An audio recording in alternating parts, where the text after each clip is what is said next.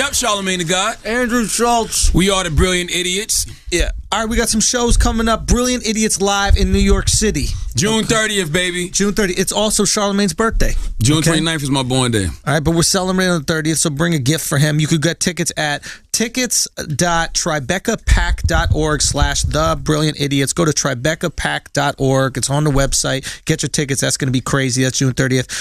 The 26th of June, I'm going to be at the Atlanta Comedy Theater in Atlanta, Georgia. One night only. Come out to that. That's atlcomedytheater.com for tickets. And make sure you do that. And then the rest of my shows, make sure you go check them out, theandrewschultz.com. London, I'm going to be doing a show one night on August 7th in London at the Backyard Comedy Club. You can get a link to that at theandrewschultz.com and get tickets for that. And that goes on sale, I believe, today. Those tickets are going on sale. So make sure you cop tickets for that. The rest of my shows, get them on my website. And back to the show.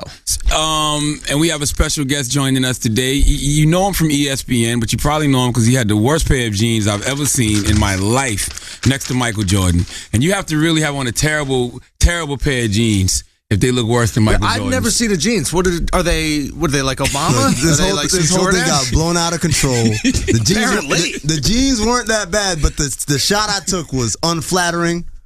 And so every photo you're in is unflattering. Yeah, man, it's a bad. Maybe it's you, Amin. It is. No. Well, I will say this. It's a bad trait. It's a bad personality trait. Amin's got you got an interesting body build. Yeah, you got to sag your pants more.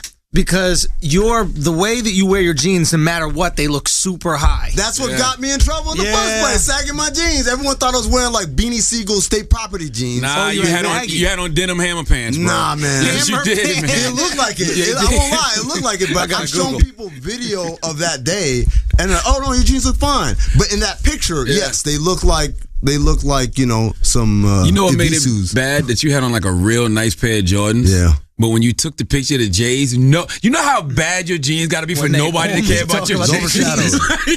It was overshadowed. Okay, what should I put in Twitter? Just put, are we talking jeans? If you just put, are we talking jeans? Are we talking jeans? I mean. Oh, it came right up. It came right up. I said, Amin. How you pronounce your last name, Amin? El Hassan. El Hassan. Yeah. Oh, Assalamu alaikum, my brother. Yeah. What are these? Not these purple ones. They're not purple. You know what purple is? Oh no, they put the Jordan face on the jeans. Yeah. Put the Jordan face on the jeans. No. Yo. Bro. You never saw that? No. Yo, he got roasted. Here's the worst thing. Here's the worst thing. Bro, the second picture is Shaq after Carter did the elbow in the rim dunk. You know Shaq's reaction? Yes. Amin got slandered like he said something about Beyonce. No, here's the thing. It happened, and I got slandered mercilessly, and then it died down. And then you tweeted the same joke that people have tweeted like millions of times over. And because you tweeted it, the problem is it went off. The people who follow me are all like sports people who are into sports, whatever. Yeah. You bring a different demographic to the table. You bring the Twitter haters. Not the Twitter haters. The people don't even know what ESPN is. Don't even have cable. But they know how to roast. Why are you insulting Charlamagne's followers? I'm just saying, like, they're cord cutters, man. All I did was retweet and put, so we talking jeans? So we talking jeans. And it was after the thing had died down, I was like, wow, that was a rough morning. Next thing you know, like, this tidal wave just hit me. I can't get the real jeans up. All I have is the Jordan face on the jeans. Look, man, that's I think that's, But that's not why you're here to talk jeans. All right. No, we're here for a bunch of different reasons. You know, we thought we'd knock a couple, what is it? A bird with two stones? What is it? What is the expression? Killed one bird with two stones. How does it go? Come on, listen, I'm not educated. 2 birds with one stone. 2 birds. I never hunted being fucking efficient birds. with your stones. Okay, listen, get an AR-15. You take out all the birds. Why would you want to ever kill birds? You gotta eat. Birds ain't never bother nobody. What am I eating right now? I have no idea. Sandwich. That's bird. Bird. Baby bird. You have to kill a bird for it. In fact, you kill the bird, you get no eggs.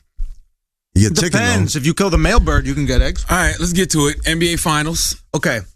Because we've been going back and forth. Right. We have an interesting. I just want to say I'm right, and it must feel nice for you guys. We're right about everything. The Warriors are soft as fuck. Baby shit soft. Diarrhea soft. Why do you call them soft? Fucking goose down, feather soft. Why? Because they lost a 3-1 lead in the NBA Finals. So did the Oklahoma. So did Oklahoma. You know who else is soft? Oklahoma City. But you picked them to win. You picked them to beat Golden State. Because I thought the Warriors were softer. But now I realize that The NBA is soft, though. not the Cavs. The Cavs- Those Cavs Because ain't soft, boy. Because they won, they ain't soft. Of course, because they won, they ain't soft. That's what happened. Winners aren't soft. Hold on, listen. Okay? The Cavs didn't win. So they went The soft last Cavs, rainbow fucking pony basketball, chuck a 3 up every fucking second. Does it That's how the win Cavs when won. you're with the realness? The Cavs won by chucking a 3. No, they didn't. Kyrie Irving No, was they that. didn't. It was a 3-point at the end of the game. That was just won to the let game. Steph know who the real alpha man was. Shut the I'm fuck gonna bully you the whole season. I'm gonna not the whole season. I'm gonna bully you the whole finals, and then I'm gonna put a 3 in your fucking eye socket to let you know who the real alpha man is. You know why? I'm gonna tell you why this conversation is pointless. And it's pointless for the same reason. Another thing I want to talk about this week. Because you wrong? No, I don't care if I'm wrong. When you wrong, No, it's pointless. I don't care about what I'm wrong. This is the thing. Warriors in 5. We live in such a fickle era. This shit changes from game to game. Not only does it change from game to game, whoever wins next year, we're gonna be on their dick. Yep. Like that's Hell yeah. that's what we do. Hell like, yeah, we are. Like I saw Steph Curry and Aisha Curry. They were the bells of the ball 2 weeks ago.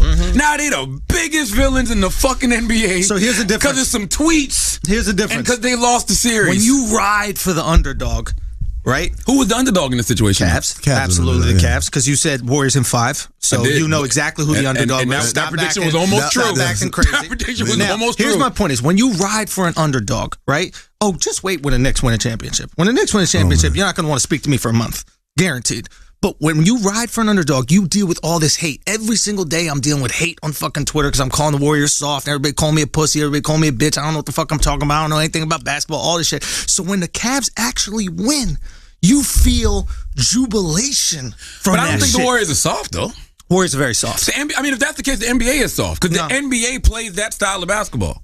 They all play that style of I honestly basketball. think we saw the peak of small ball. I think small ball people of teams. Here's the difference. Look, we have experts here, right? Okay.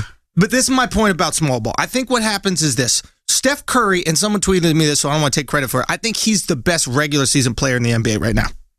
What? Okay, go ahead and finish your point. Okay? I think he's the best regular season player. And here's the thing.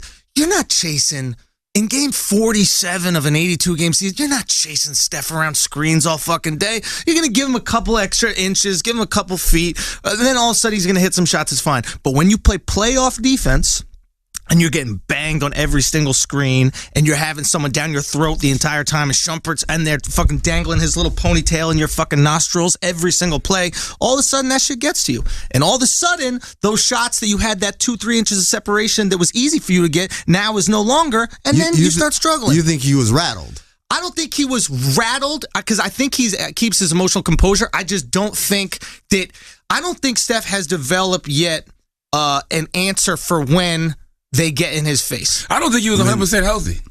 I think it's just that simple. You know what? I would say the same thing, but then Clay was shut down too. So everybody jumps to this idea, oh yeah, Steph wasn't healthy, Steph was hurt, but then what happened with Clay? No. Why Clay only scored 14? Clay's not Steph though. But You is saying he? like, it's like if Jordan were hurt, it'd be like, yeah, but what happened with Pippen? He's not him. I agree with you. I mean, That's true, too. That's the best player in the. So you think Steph was hurt, and you think that was a problem? I don't think he was 100% healthy. He wasn't 100% healthy, but they should have won the series regardless. Absolutely. They There's no should have won excuses. the series regardless. When you up So 3-1, you got to win. I don't talk about the injury. I say they should have won the series regardless. But if you're asking me if he was healthy, 100% healthy, he was the same guy he was in February and March. No, he wasn't. Who's 100% healthy? No, at the the guy game sprained an 7? MCL. That's Did what- anyone else sprain an MCL and come back and play? Now listen, Charles Oakley said the realest shit. Kyrie sprained his big toe, and then he hit a game-winning jumper in his motherfucking eye socket. Charles Oakley said the realest shit. Charles Oakley said, Game 7 of the NBA Finals, you done played all of this basketball.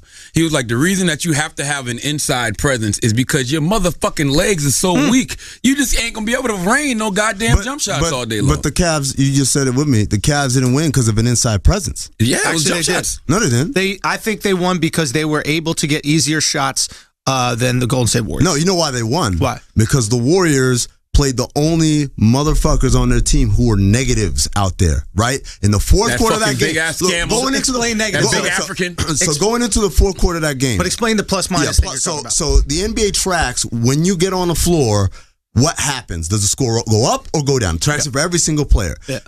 Going into like midway through the third quarter, entering the fourth quarter, every single player on the Warriors roster who got in the game was a plus except for 3 dudes. Fetus. I hate him. He's Fetus, you call whatever the him? fuck his name is. I hate that big ass Nigerian scammer. You see the extra joy he got at that when you're making fun of a different African? Yo. We'll pause for the cause right here and just say this. As an African dude, there are like many inside jokes about different African nationalities that, like, among Africans, we make these jokes and everyone knows ha ha ha. But if I said it around, regular society, it's like, oh my God, this man is prejudiced, right? It's just one of those things, right? Yeah. So Festus, who else? Festus. Yeah. What are the jokes that you would make about Nigerians? Because you are from. It's scammers. I'm from Sudan. You're from Sudan. Yeah. Okay. Credit card scammers. You get that 419 not in your just email. scammers. Not just scammers. I got a friend of mine, Sudanese guy, used to live in Nigeria. He said, like, he went and bought AA batteries, and they didn't fit. They were like too long. Like, they got fake batteries. They got fake everything. Fake everything. Imagine the work it goes into faking a AA battery. They made AA.5 batteries. Yes, it's the most common battery in the world, and they found a way. It's like, you know what would be good if we made a fake one and then we just cleaned up on it. Salute to all my Nigerians. I love y'all. I love y'all too, man. I love Nigerians. We all good, but it's all, we all got jokes. To get to the negatives. Fetus. Yeah, talk about fetus. Festus, Anderson Varejao, the man who made flopping and Who still gets a ring, by the way. They have to give it to him. He gets a ring because he played crazy. 30 games with the Cavs and he played the rest of the season with the Warriors. And then the third dude was the man who, like, how to lose $100 million in 7 games or less, starring Harrison Barnes. That dude, I don't, as a basketball analyst, I hesitate to start talking people's mental strength and all that. That dude was shook. But what happened though? He put him in the game. See, this is the thing that kills me about the Warriors. Like, we say they're shook, but they're world champions. No. Like, they were the defending I'm not champions. saying they were shook. Yeah. I'm saying that dude right there, when you're wide open, and all you do, no one asks you to be Magic Johnson out there and make crazy passes. Yeah. Hey, Harrison, here's your job. Stand in that corner. When everything collapses on Steph, we're going to pass you the ball. Make that wide open jump shot. He didn't believe in himself. And he missed, and then he stopped believing, and then he starts pump faking against nothing, right? And getting into trouble. And to me, I'm not blaming him. We knew he was shook 7 games in. It wasn't like this was a bad game. He kind of been shook the whole playoffs. He was, well, I'm going to say the finals. He was shook the whole finals. But Steve Kerr, for whatever reason, said, you're my guy. Not Sean Livingston, who been killing for him all year long. Not Leandro Barbosa, who been killing all finals long. He put in 2 dudes who were shook and were negatives in that fourth quarter. But I think real quick about Sean Livingston. Sean Livingston doesn't stretch the floor. He doesn't. But neither does Harrison Barnes when he's shook. Regardless, when Harrison is on there, you have to at least close out. You don't even have to close out. They didn't. They were treating him like Robertson. But they were doing the same thing with Draymond, and Draymond was splashing. I think what they decided was we're gonna let Harrison or Draymond beat us. That's fine. And they couldn't beat it. No, but Schultze, this is my point.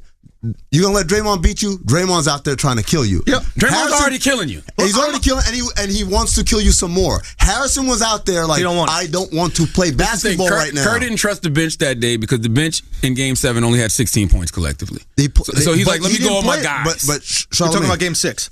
I'm talking about Game 7. Game 7 only had 16 total. But when they played, collectively, that's what I said. But when they played, they didn't score 16 because he didn't go to them. Like, if you look at the first half, look at every single dude from the bench who played. Yeah. They 4 minutes here, 5 minutes there. They all played well. The only guys that didn't play well, Harrison Barnes, Fetus, and Andy Varejao. And those were the dudes that Kerr went to in the second half for whatever reason.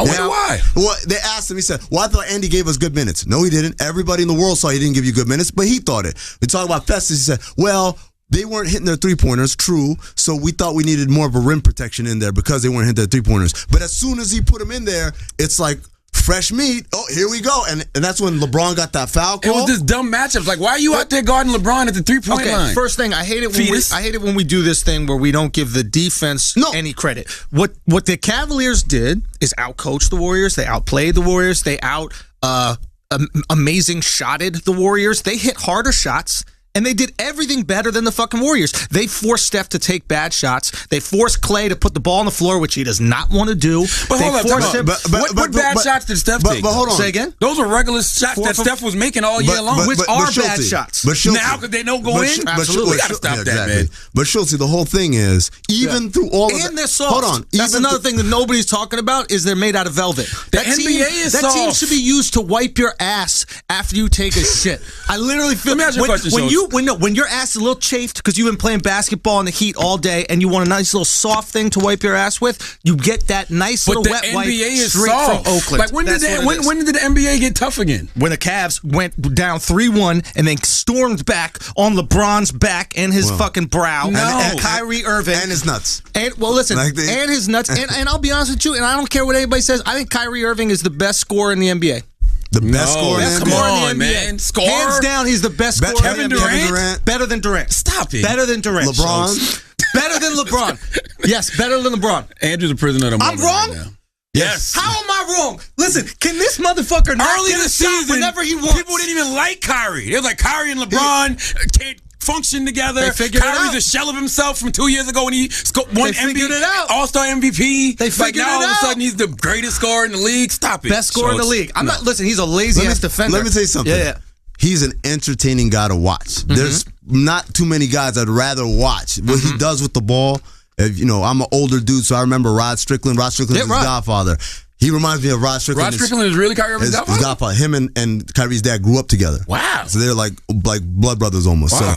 So and all that little stuff you see at the rim that he finishes, the crazy finishes. Incredible That's Rod finisher. Strickland right there. Both hands, And too. by the way, if you ask Rod, that Rod's like, no, that's Dredrick Irving. That's his dad. Because they said the way we grew up, that whole neighborhood, everybody was that like they grew up, I guess, in the Bronx, and like I thought Rod was from Queens. No. He's from. All right. But anyways, they all learned that way. So he's like, well, as much as I'd like to take credit for it, it's really his pops. His pops was a really good international player, played in Australia and all that. But if you talk about like the best scorer, come on, man. Like Kevin Durant is a sniper. 7 feet tall, pull up from anywhere, and efficient. It's not because the thing about Kyrie, everything he does takes him a little bit time to get there. Yes, that is true. That is true. That's the whole agree with Cavs you. offense, He has though. to set it up. Do you know what I Yes. mean? He has to set it up. I can relate to that myself. Yeah. But what I will say this, though, is I think Kevin Durant, one, doesn't finish as well as Kyrie. I think he doesn't finish as well with contact. I don't think anybody in the league, matter of fact, maybe LeBron, but just that's off of sheer power. But I'm talking about after contact and finishing, and nobody at that size. Russell Westbrook. No, Russell does not even come close. Finish with contact? This is what Russell That's doesn't Russell's do that I thing. think Kyrie does. Kyrie has the ability. Kyrie has more control of his body. Russell can go That's from fair. 0 to 100, That's but he fair. stays at 100. That's fair. Kyrie goes from 0 to 50, but he can get back to 0 Yeah. in one step. That's true. That's true. That doesn't make him the best scorer in the NBA. Sorry. Okay, who's better than him? Kevin Durant? Kevin Durant. After Durant. Steph Curry. No! Wait, if you take away Steph's three, I don't even think Steph's ability to create his own shot is limited. Do you realize? And he doesn't finish well to the basket. He does, but he for whatever reason in the finals, he just stopped driving to the fucking basket. He led the Defense. NBA for much of the season in field goal percentage in the paint for non-center. So unless you're DeAndre Jordan, dunks everything. Yeah. Every other player in the NBA, he shot better. By the way, he shot better from 30 feet out than 15 All-Star shot at the rim. That's why I don't understand why they say it's a bad shot now. Question. All of a sudden, because you don't make them, it's a bad shot. Question. Well, I just think in general, I'll take a layup over a three any day. That's Even just when me. the three goes in more than You'll the take a layup. I'll layup take the over a layup. three. Okay, let's be honest. What? Who would you rather have? If you're going Chris, to remember that when you cutting checks, okay? Schultz will take Yeah. two He'll take over three. I didn't say 2 over 3. I didn't say 2 over 3. That's what you just said. I'll get 3 the hard way. I'll go get contact and I'll finish. I'll go to the line and get that extra point. But in all seriousness, if I had to pick a point guard for the playoffs, right? Not for regular season, for the playoffs, taking I Chris go Paul. with Kyrie. Because I'm taking I would Chris Paul. definitely not go with Chris Paul because he's What? proven that he cannot deliver First in the of all, playoffs. Kyrie's not a point guard in the traditional sense of what a point guard I know is. he's not. I know he's I'm not. taking Chris but I because think- Chris going to dish that ball, But baby. here's the problem. Here's the problem with, that I have with Chris. And I think Chris is the most gifted true point guard, right? But I don't think Chris has that Isaiah Thomas muscle, which is, okay, I need to take over the game. I'm going to take over the game, and I might need to give you a 30 ball tonight. I might need to give you 35. I don't think Chris has that in him. I think he does. I think Chris can get 35 on if they win by 20. I don't think Chris gets 35 and they win by 2. I just don't think Chris has the ability. Man, did you watch the first round of the playoffs last year against the Spurs when everyone said the Spurs were going to clean him up? And And the dude was out there limping and busting ass? what happened? They won. Yeah, but what happened? Next series, what happened? Next series, they blew a 3-1 lead. I'm just saying, you can't blow 3-1 leads and then I go, yeah, you the guy, you gonna deliver. You gotta give credit where credit is due. No, but you're not. You're doing the opposite of that. Instead of saying, wow, the Cavs really pulled off something amazing, you're that saying they the did. Warriors are soft and that Steph Curry soft. can't create his own shot. No, so you're No, not giving Steph credit. can't create a shot. I'm He not can't saying. How do you? Okay, this is top 3 in the league. This is the top 3 player in the league. I'm not saying he's not. All I'm saying is in the playoffs, I like a guy that can get a layup at any point in time because sometimes your shot is not going to work.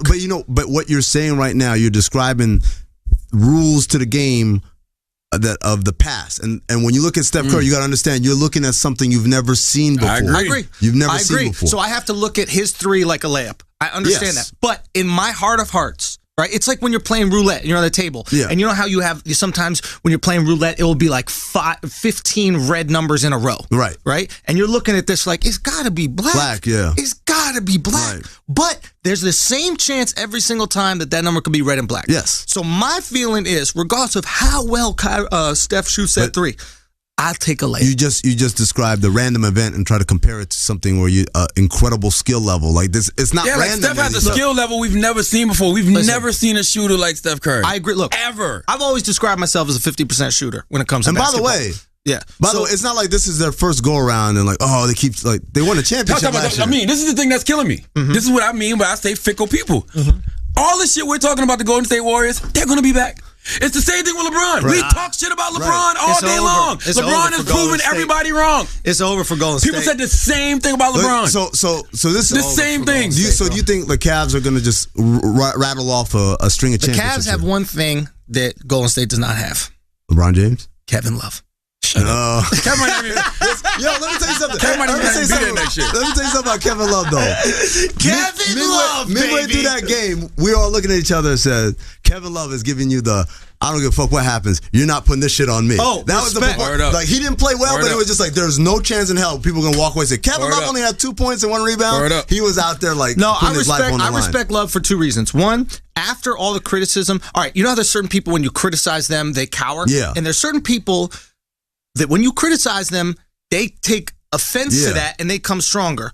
Regardless of how you feel about Kevin Love, he didn't get shy after the criticism. This guy asserted himself on the offensive boards. He tried to bang down low. And I saw that in his eyes. He didn't Harrison Barnes it. Exactly. No, you're absolutely right. He didn't have a good game. But you know the problem with that? He had 14 boards and he had some big offensive boards and putbacks. The problem with that, Kevin Love is easy for him to hide. And what I mean by that is if Kyrie's having a good game, LeBron's having a good game, you got somebody like J.R. Smith giving him 12, nobody gives a fuck what Kevin Love is doing anyway. Sure, but those 14 rebounds are big. Those offensive putbacks. He absolutely played like he's determined, I'm not going to walk away with us losing and people will say it's because you didn't do shit. Yeah. That's true. At the same time, I feel like he gets a really bad rap because a lot of what you just described, he's doing what's asked of him, right? Yeah. And so people, like I said this yesterday, I was talking about Kevin Love. If I'm the Celtics, that's the dude I try to get. That guy's a superstar. And people are like, Kevin Love's a superstar. I'm like, yo, you got to understand. These are the same people think Chris Bosh was trash. Bosh was nice. Was that? Bosh was nice, but people called him trash because he played Dwayne and LeBron did their thing, and he scored like 15 and hit a couple threes. And I'm like, oh, I thought you were supposed to be a Hall of Fame or whatever.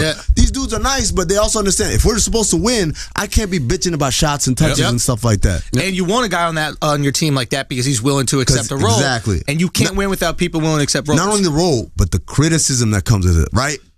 Like, he accepted the role, but he also accepted you ain't nice, and all that stuff you did in Minnesota was just empty stats. All that, like you have to be strong enough to accept that criticism and be like, okay. So it takes a mental, like Dwight Howard can't do that. No. He doesn't have the mental. He couldn't do it. I got a new respect for Dwight Howard after today. The pants that he wore that beat Amines. Did you see those pants? No, the fact that he had some. Dude, it was crazy. I saw the video. I saw the picture. But the fact that he opted out of his contract with Houston, he knew he was getting a guaranteed $23 million if he stayed. That ain't. The fact he opted out, you're not getting that money nowhere else. So that lets me. Yes, he is. He's not getting $23 million nowhere else. Dwight Howard? Let me break down something to you. All right. The salary cap is going to go up 30%. Yes. The biggest jump in NBA history. Okay. Because of that, most of the time when people think about free agency and teams, there's always like 2 or 3 teams that set up their ducks in a row. We got money to spend. Who we going to go out and get, right? This year, 20 of the 30 teams in the NBA are going to have $20+ million in cap space. Okay. There's only about 6 impact free agents. Dwight's one of them, but he's only an impact free agent if he goes to a team like a Golden State who needs a big body, who needs rebounding. They don't want to be a Charlamagne, I'll give you an example. If I'm the Orlando Magic. I'm not going there if I'm Dwight. No, I want to win a championship. He don't want to. He just wants to shoot the ball. Dude, he just wants to be happy, man. He says he wants to win a championship, but when you say that, that means you got to sacrifice things. We're talking about Kevin Love. If you're not prepared for that, Orlando. then someone says. The other thing also, if someone slides you $90 million over 3 years, and you're like, oh, but I want to win a championship. $90 million is still a lot of money. Orlando He's got a lot of child Orlando support. is not This guy has re-signing Dwight Howard, 11 bro. kids, Charlamagne. Orlando has been through enough tragedy in the 11 past couple kids. weeks. Orlando is not re-signing Dude, Dwight Howard after what they've been that through. would be horrendous. That's the worst. That is Oh the my worst. God. Don't say it. Don't say it. Don't say it. Don't say it. Don't say it. I said it on the Breakfast Club in jest. I was like, the only thing that could make y'all worse is if y'all signed Dwight Howard in free agency. Dude. I said it as a joke, but then here comes a mean saying it. Oh my God. No way. This Muslim guy is saying that Dwight Howard is going to It's been a bad week for me, man. That would be the greatest attack a Muslim did on Orlando. Oh, my is telling them that they got to It's sign. been a bad week for me defending causes, man. Hold on, you really think somebody will pay Dwight Howard $23 million? I guarantee you he'll make 30 million. He'll make 30 million. I can't see it. I'm Not if he signs, not if he goes to a contender. Charlamagne, let me tell you something. No, quite the opposite. A contender will be like, I can't spend all this money on you. We're trying to win. We're trying to add pieces. Yeah. You got to take a pay cut. But for bad teams, because you can't say, we got all this cap space, and then we didn't sign anybody to do anything, your fans will go nuts. So you have to win. We call it winning the press conference. Like, today we signed 7-time All-Star, like 2-time Defensive Player of the Year. They want to win the press conference. And if you're a team that really struggles to sell tickets, to sell jerseys. Dwight's not going to none of them, though. Like, the talk right now is he might go to Golden State. You're saying that. You're saying that. He's not going to until, like, again, Golden State says, here's 16 of a year, and someone else says, here's 28, here's 30. You're going to go. You're gonna go. Like, at some he's an point, idiot, you then. can't pass up. No. Yes, he's But an is he idiot. No, hold on. He came But in 11 different girls that he's not married that to. part is an idiot, yes. But And he wore those shorts. Yes, Or those pants. that is Right now, I'm giving him credit because it looks like he cares about basketball more than money. But here's the thing. He opted out. Why do we care whether they care about money more than basketball? Because we old school. We like winning. The same. You know what it is? I told Robin Lundberg this from ESPN. No, because we don't make our money playing basketball. Exactly. That's true. That's but, why. but this is the thing. Exactly. He was the same. Like, You should accept less money because I want joy. Because I want you to. Yeah. Think about all of these guys who were trying to make excuses for LeBron before he won this championship with Cleveland. They would say, oh, he's still one of the best ever. Rings don't matter. Yeah. It's all about stats and this and that, yada, yada, yada. No, winning does matter. That's why people want to win, to validate It themselves. matters for legacy. Yes. It matters for legacy. Yes. It matters for legacy, but you know what winning doesn't do? It don't feed my family. It don't feed my 11 kids. Muslim. Yo, I'm not listening to you. I'm telling you, but you gotta think about it. The thing that the mistake that most people make is whatever we do for a living, we have visions of we're going to be doing this for 30, 40 years, right? Or however long, right? These guys have a window of time where you got to make all the money, and you can't count on a TV gig after, you can't count on a coaching gig after, you can't count on anything. Look at Kareem. Kareem just out there just chilling, writing books. Wants to coach, nobody wants to hire him. Wants to. You know why they won't hire Kareem? Because he's Muslim. Okay, can we just say one thing? This is very interesting about Charlamagne and the God here. How stubborn he is. No, wait. How do you pronounce the word that is spelled M-U-S-L-I-M? Muslim. Oh wait, can you say that again? Muslim. So there's not 3 O's. in a row Not in the unless you were word? an extra in Malcolm X. Stop right? it. If Some you- people do pronounce it Muslim. Yeah, like and those people pronounce it fucking wrong. No, and, Yes. and isn't it, if you pronounce it like, I don't know if it's Muslim, one of them is like a bad term. It means something else. Like if you pronounce it like Muslim or Muslim or something like that. No, Stop making things He's up. not a real Muslim. Okay, Yeah, listen, exactly. listen. Yo, by the way, you gotta understand. In the hallway, I see Charlamagne. I say, "What's up, man?" He says, "Salam alaikum." I didn't even know you was Muslim. Andrew kept saying that. I want to bring Amin on to talk about terrorism and shit. I'm like, why? Why? Why are we bringing a black guy, a basketball guy, to talk about this? Okay. You never seen this movie? Yeah, but that's not a. I mean, I saw that People movie. pronounce. A lot of people do pronounce it Muslim. Yeah, a lot of people Yeah, pronounce M-O-Z-L-U-M. That's a lot of that's people, the offensive way to Charlamagne, pronounce it. A lot of people pronounce the word Valentine's.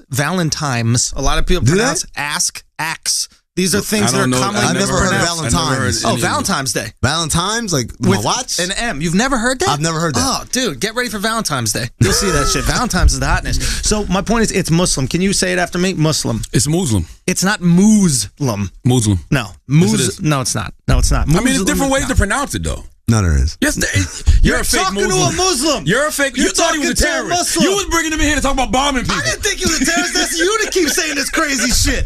And you try to ruin Orlando even more with your nonsense.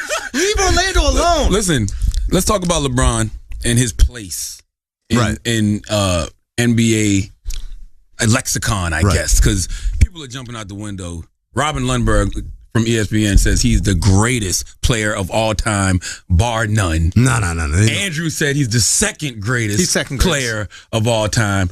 I'm giving him top 5. I think he was already top 5. You're not giving him he wasn't top 5. When he wasn't top 5. Is that? He wasn't top 5. He wasn't top 5. He wasn't top 5. Who was top 5 before? To me? No, to you. I just asked. Michael Jordan. Yeah. Magic Johnson. Okay. Larry Bird. Okay. Damn.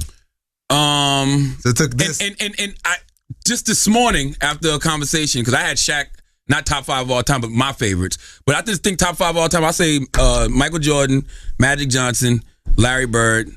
I didn't really have a top 5. Now that I think about it. This motherfucker is the biggest asshole.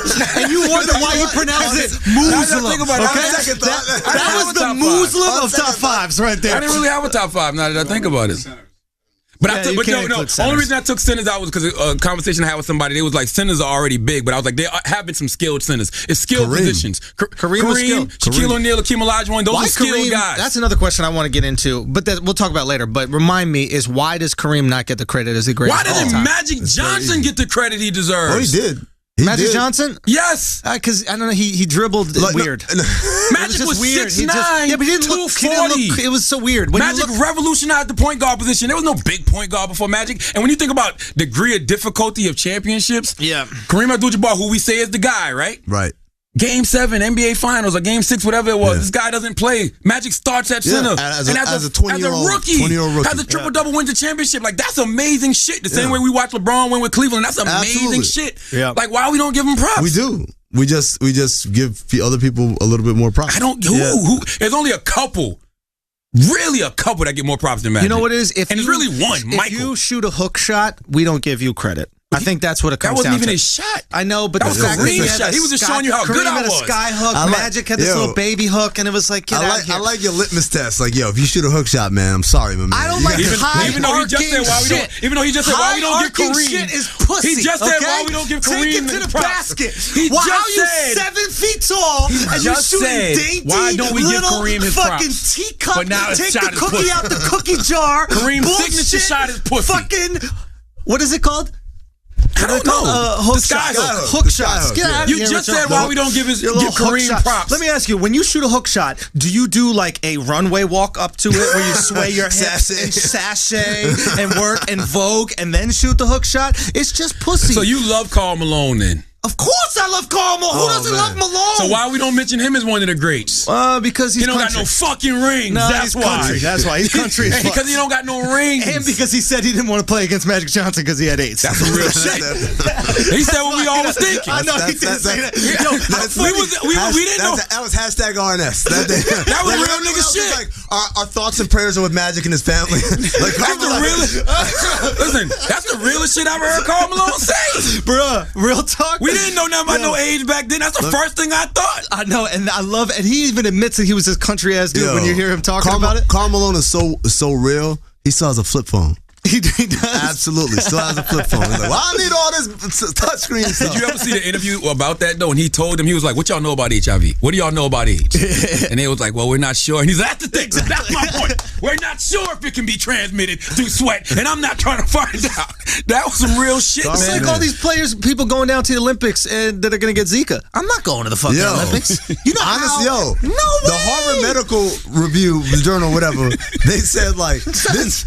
Like, you ever watch some movies like 12 Monkeys and like all these epidemic movies? Yeah. It always starts with a dude at the airport going, "Achoo!" And then the world is infected. That's what Zika's like. They're like, all these people are going to go there, they're going to get on these planes, they're going to fly back, and this thing is going to spread overnight. Like, the world is going to be overrun by this virus.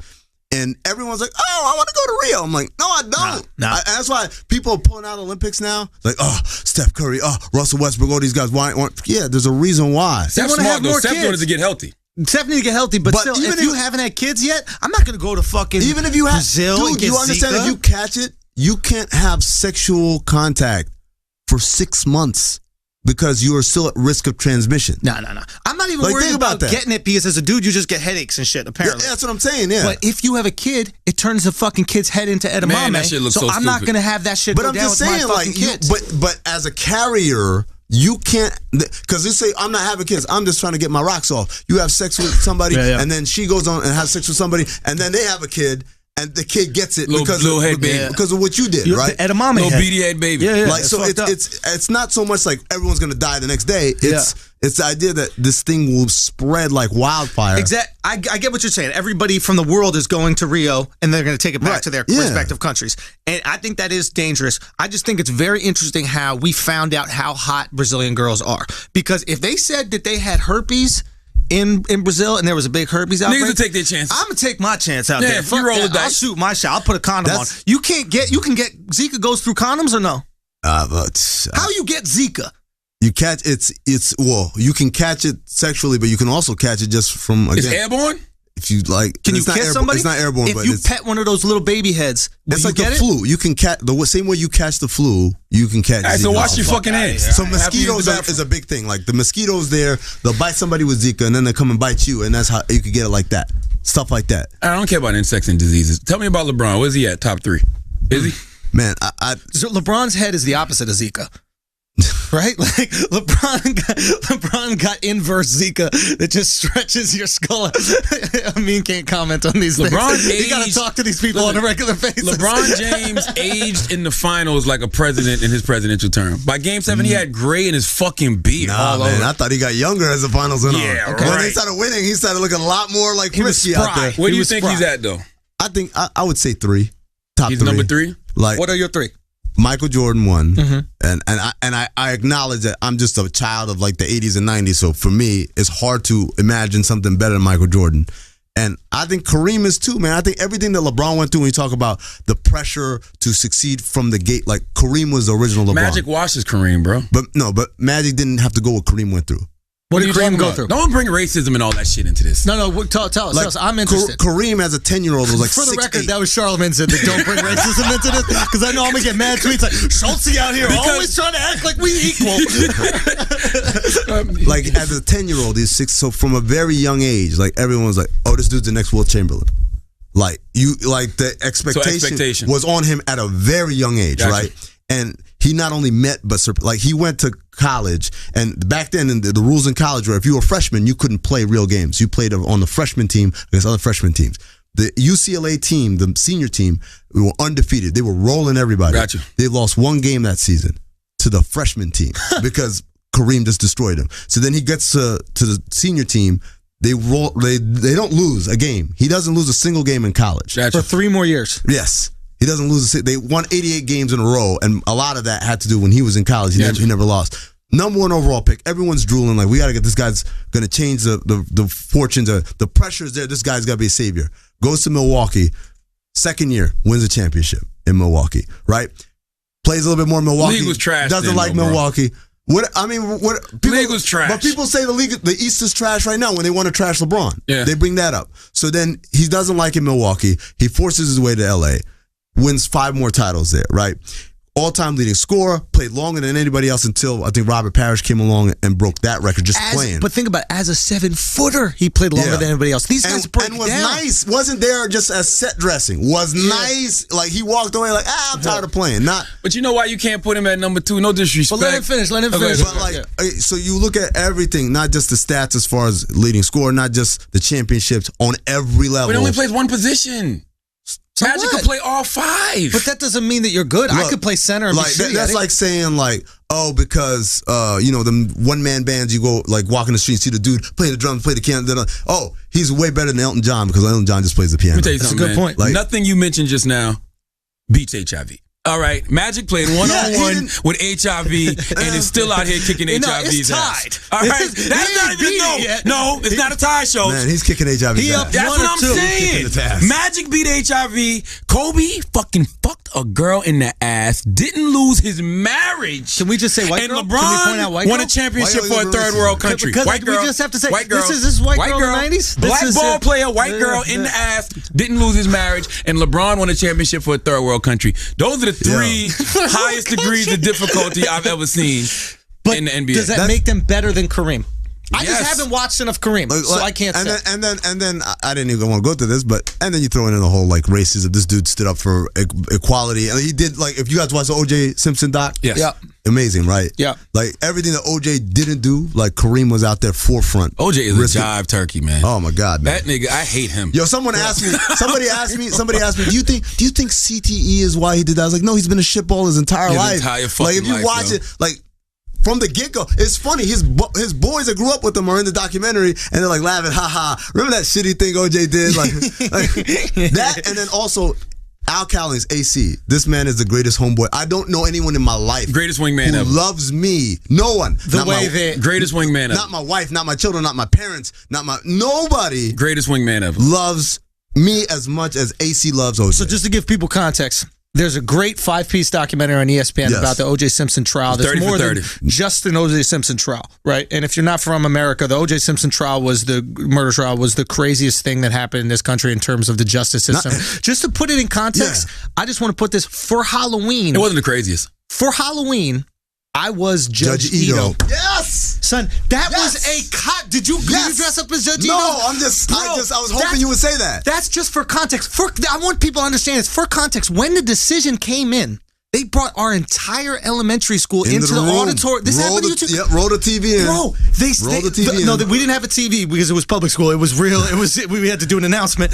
But she said this. She goes, the lady came up and goes, the verdict is in for the OJ trial, blah, blah, blah. Before she could announce it, the entire auditorium full of students starts going, free OJ. Oh, it's like a movie. Not guilty. I have no clue why I wanted him off. That Jay-Z R. Kelly song. Trying to charge me, but I'm not guilty. Dude, it was crazy how invested. My whole life, and I'm not exaggerating this at all, I never understood why we were cheering for OJ when we knew he was wrong. This documentary. And even when I watched the documentary, I didn't know it was that deep. I honestly thought Johnny Cochran just had bars. I thought that motherfucker went in the courthouse and was like, if the glove don't fit, you must have quit. He tried to put the glove on and it didn't fit, and they were like, oh shit, not guilty. Yeah. I didn't know it was that deep with all the layers of racism. That's the great thing about this documentary. And Ezra Edelman, the dude that did it, is a brilliant dude. And he's probably gonna win an Oscar for this. Oh, absolutely. It's gonna be. They're gonna submit it. But the crazy thing about this documentary is it hits on every single issue in America back then and today: racism, domestic violence, homophobia, athlete worship, niggas rooting for the wrong shit, niggas cheering for the wrong shit. No. That's what pissed me off. No, I'm not gonna lie to you. But Charlemagne, here's the thing. Yeah. I'm not saying. Obviously, we all know that he did it. We all believe that he did it. But I can understand what people were rooting for. They weren't rooting for him. Not me. They weren't rooting for him, Charlemagne. They're rooting for LAPD that nobody in the world seemed to acknowledge was super duper racist. The dude Mark Furman is sitting there in 2016 talking about, if they just been allowed to do a chokehold on Rodney King, it would have been over. Like, are you kidding? In 2000, he still hasn't learned his lesson. I'm with you, but it's two separate issues. It's not though. It is. Like you can't. Okay, hold on. It is two separate. You can't use your hate for the LAPD, but it's to allow injustice to this murder. Yeah, I mean, no, it's like wrong is wrong. Bro. Wrong is wrong. You're right. This is what it is. Wrong is wrong. Somebody beats you up, right? All of a sudden, next week, you see that guy in a fight with another dude. It don't matter what that other dude did. Yeah. You want that other dude to beat the shit out of that guy that beat you up. But OJ didn't kill two cops. No. What do you mean? No. Like he didn't kill cops. You're confusing it. The cops have been treating the black people in LA and around the country like shit. And so now OJ didn't give a fuck about all y'all it is this. Listen, you have to understand. OJ didn't give a fuck about black people. It don't matter. Yes, it does. You're using too much common sense. You have to understand when. Plug. That's a plug. You're using too much uncommon sense on MTV Fridays. You're being realistic. So you got to understand, like when somebody treats you like shit, right? For a long time, you stop looking at them as human. Right? Mm-hmm. So it dehumanizes a person. Once somebody is dehumanized in your eyes, you can do whatever you want to them. They can get away with murder. They can get away with whatever it is. And it just so happens at this point in time, and you could even argue now, white people and authority are looked as the same thing. So when you see police, you think white people. When you think white people, you think police. So and they said it in the documentary, if he killed Marguerite, his black wife, his first wife, OJ be locked up. But it was a white woman. Same color as the police. But see, but Schulte, I don't believe that. What I believe is they managed this, and this is the brilliance of Johnny Cochran. This was a murder trial, and they made it about the LAPD. They made it forget about murder. They made it about the LAPD. They took it all about and they did that by one easy thing. The prosecution fucked up. They fucked and up. put that dude on the stand, and his ass fucked up when he lied. He said, "I've never used the N-word," and they got hours of this dude. And by the way, this wasn't in the documentary, but it was in the miniseries. Like not only was he there, he was shitting on Judge Ito. He's like he shit on mad people on record on this tape. Yeah, and so that's what happened. They managed to leverage this one thing. It was three things, right? It was this. It was the idea that the glove didn't fit, and then the boss, the DNA handling. The DNA handling, right? So they said, we got all this blood everywhere. It's like, okay, how'd you collect the blood? The dude messed up, and he was like, he mishandled it. And once they opened all those holes, remember, it's not about proving someone innocent. It's about proving them guilty. It is hard to prove them innocent. Two goddamn bodies. But they put it, a decapitated woman is right. But Charlemagne, you're right. But every piece of evidence the prosecution submitted had a big gaping hole in it. We have the DNA. Yeah, but you mishandled the sample. That's legality. That's man. why I hate the legal system, man. This is when I hate the legal system. But the problem is, Charlemagne, the other reason why it's not just you mishandled a sample, I don't want to hear about it. It's because again, like what he's saying, you got a community that for decades has known that the cops fudge around stuff and plant evidence and they really do those things. They didn't do this in the OJ. Yeah, but they ain't plant them two bodies. They didn't do that. Well, no, but I'm talking about when they want to stick something on somebody, they do this stuff. They didn't do it in the OJ trial. I don't believe they did it in the OJ investigation. But again, that's who Johnny Cochran put on trial. So you're gonna trust these people who you know for decades fiddles around like this? It's tough. It's tough. I listen, man. I'm for truth. No matter who. You should be mad at the prosecution. The prosecution fucked up. They dropped the ball. They were horrible. The prosecution fucked up. I would have just kept saying, what about the murders? And kept putting the pictures in the courtroom. Dude. What about the dead white woman and the dead white guy? I'll say this. The prosecution fucked up, but when you're a group of people and you feel marginalized, it's very easy for you to see justice as something that is unjust, right? And I'll be honest with you, what's happening right now with Trump is not that different than this OJ trial. What you mean? You have a bunch of people in this country, poor white people who work in fucking factories and shit like that are no longer around and they're out of work and they feel marginalized by society, right? So they are gravitating to somebody who doesn't care about them. Who does not care about them. He is the white just OJ. like OJ, who does not care about, who is lying to them and telling them what they want to hear, just like OJ. You said that. And I'm glad you said that, because guess what, niggers? OJ eventually let us the fuck down. Hard R. Okay. OJ is in prison right now. But he didn't let anybody down. Yes, he did. To let somebody down with you need to be there in the first place. Yeah, like he was always like a snake. He did act like he was down. Dude, this motherfucker had on this. You know what my favorite story is? This motherfucker wouldn't eat at Roscoe's. All right, he did podcasts and shit after the fucking. He got a podcast in a loudspeaker. He was going in black churches. But he did it all like in. It's funny. I don't know. I'm watching this stuff. Like this is all in episode 5. Is what happens after trials. Fascinating stuff. I'm watching it and I'm thinking to myself, yo, it is so clear how fraudulent this dude is. Yeah. He's a jive ass nigga. But it's not even like he didn't even do it right. It wasn't like, yo, no, I'm cool. It was like, hey, y'all, I'm at Roscoe's. I'm chicken and waffles. Black. I'm like, y'all got chicken. Yeah, it was terrible. He had a dashiki on. Oh my God, man. The fucking he was going to black churches. He was a minstrel show. Come on, man. You ever seen Bamboozled? He was that. Yeah. And it was crazy. My favorite story, he did the Wendy Williams experience. Oh, man. So what I want to know. He did Wendy Williams on WBLS. So you know Wendy, and you've spent a lot of time with Wendy. Wendy admits to being charmed by OJ. You interviewed Chris. Is Chris on the mic or what? Chris? Yeah, I interviewed him for an hour. Why? Like, it was crazy. I just reached out. This was a week after 9/11, and we spoke about. So you went to OJ for what? No, he came here. He came here. Okay. And he is a very charming guy in person. You'd be nice too if you got away with murder. What happened? What did he say? Really. Yes, he spoke a lot about like how Bin Laden actually reminded him of George Washington, and we saw Bin Laden as a terrorist. Where's this podcast? I got the tape somewhere. I'll go find it. Oh man, how did you not release this? Us very special, brilliant idiots. Dude, this is insane. This was 15 years ago. So what? The fuck? That's like gold. It was an Especially now that the intense. OJ It was. trial's out? I actually it got rerun on Howard Stern. They picked it up and reran it. But So what else he say? there was a whole situation where like he had gotten busted with coke or something. He came up with this elaborate excuse on how like somebody had I mean, it was a lot of bullshit. But like he's a charming. Don't get it twisted. Like he's not a buffoon. Like Stop it, man. Listen. What? No. I'm not saying. This thing about charm, Yeah. right? When you know you full of shit, when you know you're evil and conniving, you're not going to present that first. Right. You're going to be the nicest guy in the world. You're going to take that shit. You're going to put cake icing on it. Here, have this German chocolate cake. That's shit, motherfucker. Okay, that's what OJ is. No, I'm not saying he didn't do it. I knew the deal, but I'm just saying, like, don't get it twisted. Like, I've met Trump. Everyone says Trump is a buffoon. I've been in a room with Trump for an hour or so.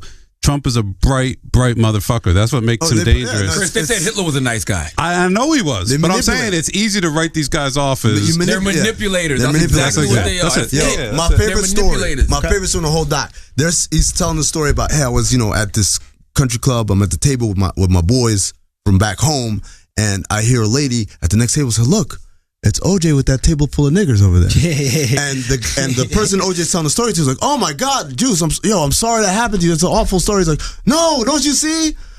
She doesn't think I'm black. I'm OJ." He was proud of the fact that she described the table as OJ and a table full of niggers. Yeah. And that was, when I heard that story, I said, fuck this dude, Fuck man. him. Like, that was the one, like, beyond like all the awful things he did, it was just, it's not, because he tried to paint this picture of like, no, I don't, I'm just trying to make it in America, whatever. And it was, no, this dude was trying to step on black people to get up off of it and be something else. Like step on whoever to get up on. It wasn't specifically to step on people. It's not about getting up out of whatever your circumstances. It's the stepping on people. So instead of saying, "Ma'am, that's not an appropriate term," he's in there like, yes. If If I grew up in that era, I could not root for OJ just because I did not like the LAPD.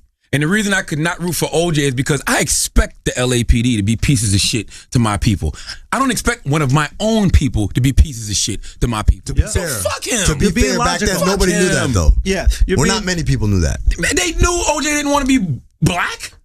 They knew they saw that. OJ was always with white women. I don't know why I said that. You're right. But they knew that, dude. Fame is intoxicating, man. If you have a talk show that's a shitty talk show, and all of a sudden one of the most famous people in the world says, "Yeah, I'd like to come on your talk show," you're gonna say yes. Fame is intoxicating. Yeah, to but I'm people, different. man. I'm gonna say yes just so I could shit on him.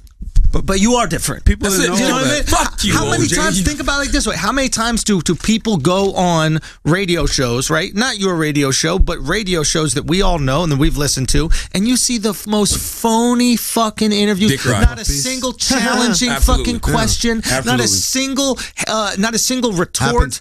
Happens not just talk sports, like we get guys and man, shout out to my show, The Jump, Rachel Nichols show. Actually, that I'm on. Yeah, your show. Yeah. All right, you better do your place. Rachel Nichols is a queen over there.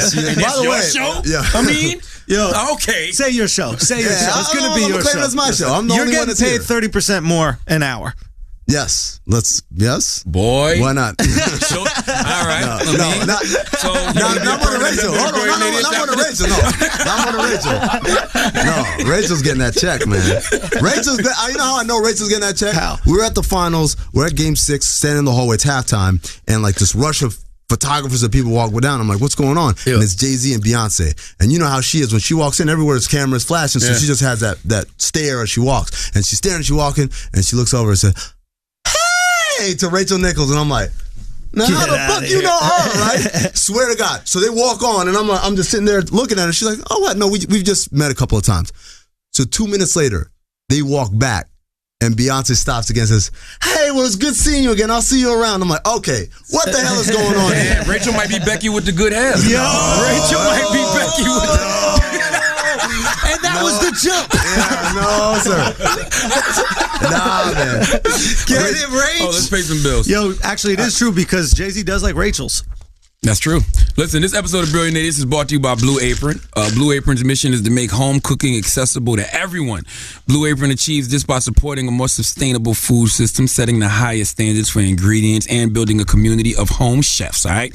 Blue Apron knows that when you cook with incredible ingredients, you make incredible meals, so they set the highest quality standards for their community of artisanal suppliers, family-run farms, fisheries, and ranchers. Whether it's Japanese ramen noodles, wild-caught Alaskan salmon, or heirloom tomatoes, Blue Apron is bringing you the best, okay? Blue Apron just sent me a sample box. We got the salmon salsa verde.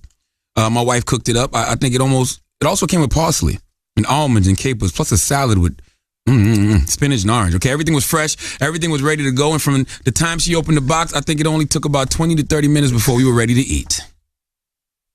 So please be honest with yourself. If you're not going to go to the grocery store and buy your own ingredients, use a service like Blue Apron that will send them to you, all right? They're not sending a big box of sugar or butter for these dishes. They're sending you what you need, all right? Make sure you go to Blue Apron and get all that. And listen, I know everyone wants to eat out all the time, but that shit is going to catch up with you. Because when you eat out, you know, they load everything up with salt, butter, and sugar, so it tastes delicious, and you don't want to come back to the restaurant, but you can't eat like that day in and day out. People think I be fat shaming, but this is a very real problem. People are eating themselves to death. I don't know if you've heard the story about Dr. Dre. Remember Dr. Dre? Not the guy who made the headphones. The other Dr. Dre. That used to be with that level, Yo MTV Raps. He's blind now. He done lost a toe because of the diabetes he got from being overweight. So for less than $10 per meal, Blue Apron delivers seasonal recipes along with pre-portioned ingredients to make delicious home-cooked meals. New recipes are created each week by Blue Apron's culinary team and are not repeated within the year.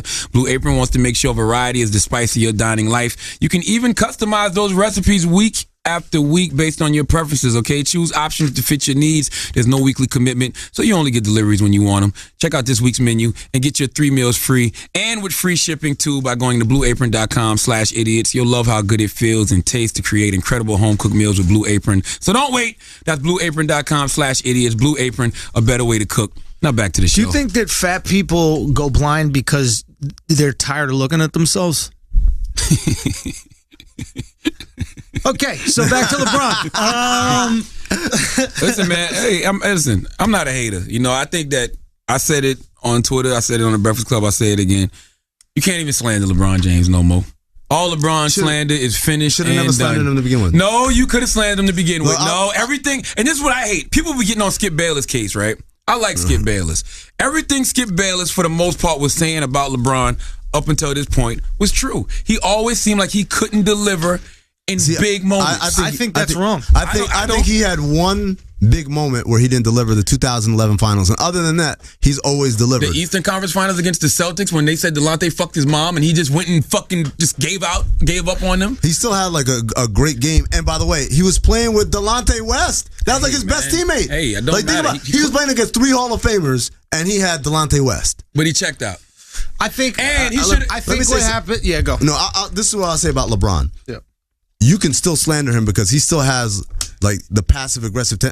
That's what I've never said he was garbage or whatever. I've always said like the passive aggressive thing, the thing where he tweets about people, doesn't actually say their names, and the thing was like when the Warriors are playing, he'd be like, "Oh, mom, don't tell the babysitter's dead is on," like that kind of stuff. I don't care about all that. But I can't even say he's passive aggressive because the way he blocked goddamn Iguodala or whatever, Andre. That was aggressive. That was aggressive as a motherfucker. Yeah. Now look, he did block him.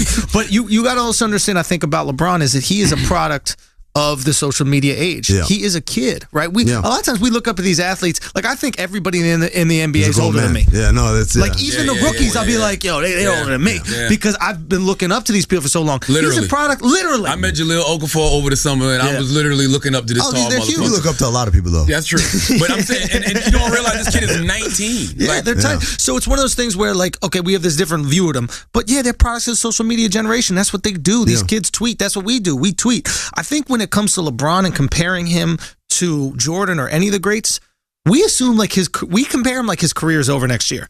This guy's only 31. It's like when you compare 31. But when you compare LeBron's achievements by 31 to Jordan's achievements by 31, they still pale in comparison. No, they actually are better than Jordan. Yeah. He's got one. By age 31, Jordan had won 3 titles. LeBron had won 3 titles. But Jordan had been to the championship 3 times.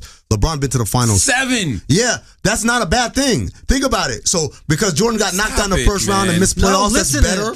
It's the idea when people say, "Oh, so but you stupid. lost 4 times in the finals" is a bad thing. It's like, yo, do you understand how could it be worse for me to get further in the playoffs than someone? Can I listen? It's like this. Let me if say he this. hadn't No. won this year, we would be acting like that would be the stat. 2 and 5. That's but he what did. people Y'all would know say. that. But he Stop did. doing that. But he did win. I know. But- and Even that's if- the but even reality if he of it. didn't, that's not right. so no, why but- we but don't let rate me- fucking Jerry West then? We We do. do. He's the guy on the fucking You know what logo. his And he nickname- don't deserve to be. His But he's the nickname is- logo. his But he nick- don't deserve to be. Charlamagne, you know what his nickname is? What? The dude went to the finals 8 times or 9 times, lost 8 of them. His nickname is Mr. Clutch. He's not just Clutch. Yeah, He's Mr. Clutch. Fuck out of here. That's Like true. Okay, that's my point. It's but- like society. Oh my bad. Go ahead. No, say what you're saying. The society has gotten this place where it's like because we're all Jordan era kids. We wear the sneakers. We're fan. That mythology is that's our religion. We don't give participation trophies there It for ain't pussies. partic- But Charlamagne, Stop it. Why is it better for Jordan to get knocked out before getting in the finals? I'll explain. It's because we weren't old enough to see Jordan struggle.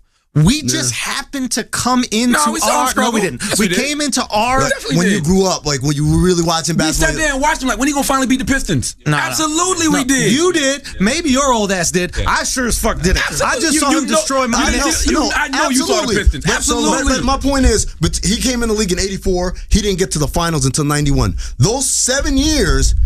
So He was a loser, So right? here's my point about that, right? But not even- Why would we reward Right. Jordan for losing more than LeBron? For losing before, my losing point- earlier in the For playoffs. losing, so here's the thing. Because once we Jordan- just focus on Jordan, right? We just focus on what Jordan did, which is 6 championships, 6 wins. I still think he's the greatest ever. That's regardless, without a doubt. But I will say this.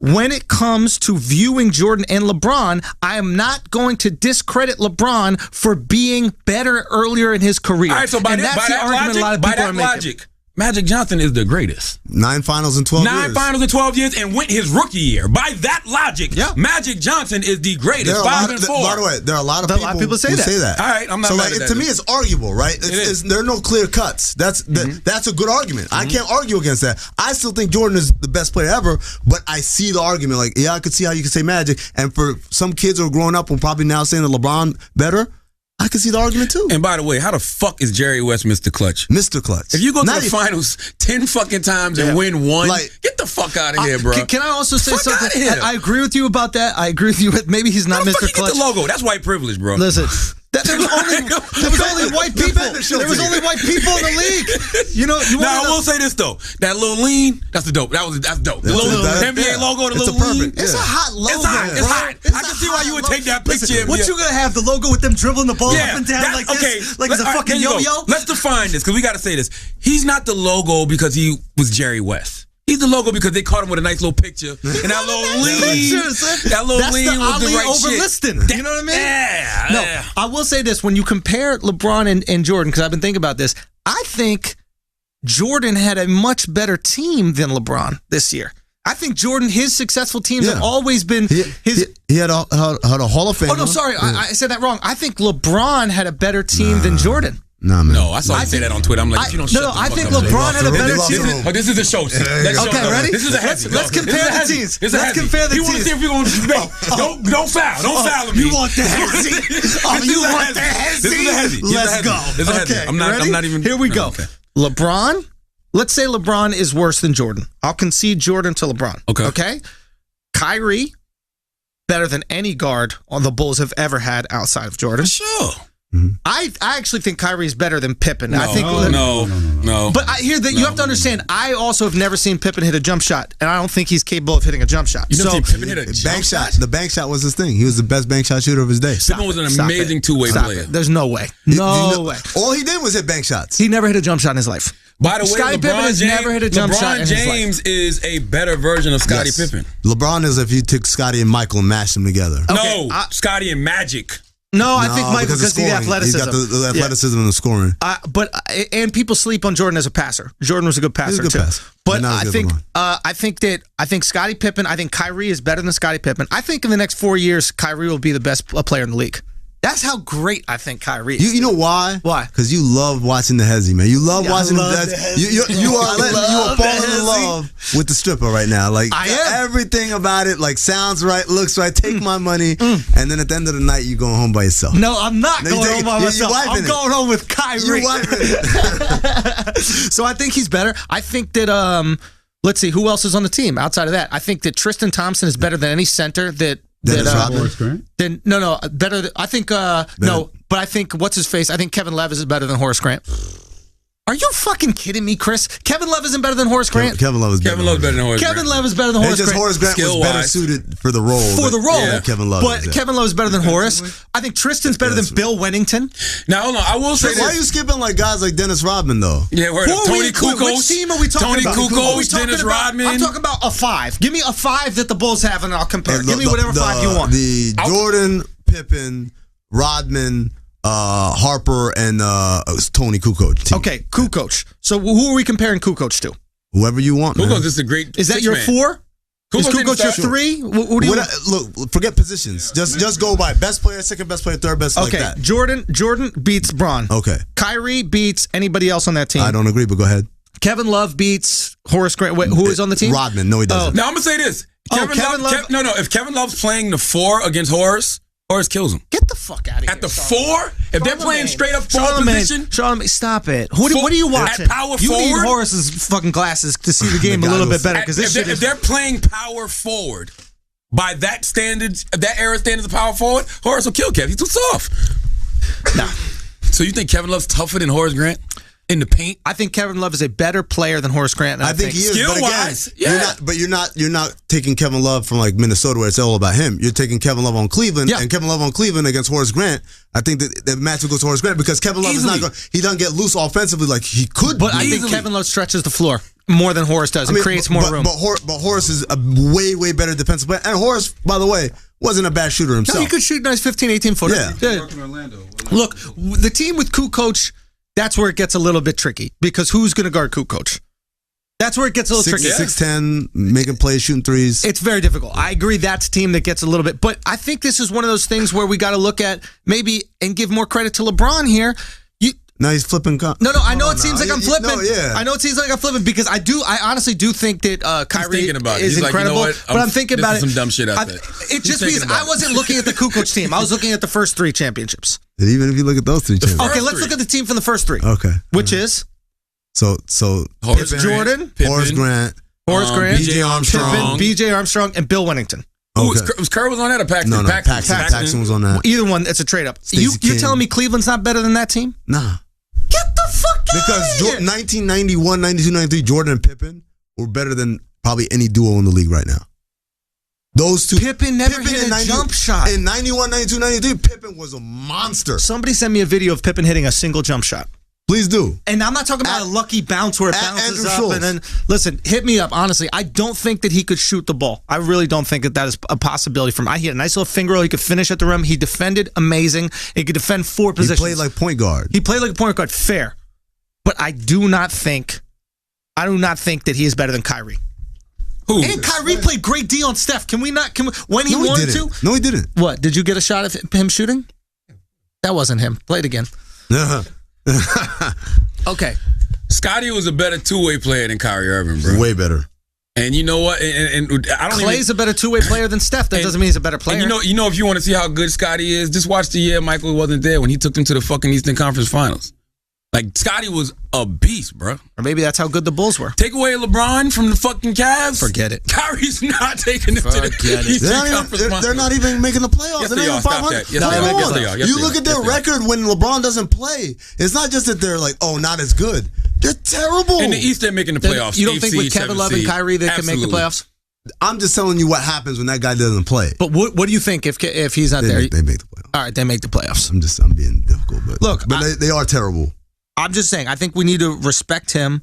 I think that Respect who? I think we need to respect LeBron. I think we need to respect I think LeBron. we do now. I think there is no doubt in anybody's mind that LeBron James is not respected. I mean, why y'all wait until Skip Bayless leave ESPN to start talking shit about him, bro?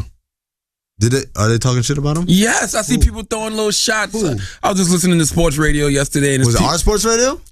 Yeah. ESPN 98.7 in New York. But it's just like, yo, people throwing little shots at Skip. I'm like, yo, why the fuck would y'all wait until he leave to start talking shit about the guy? I never talk shit about Skip.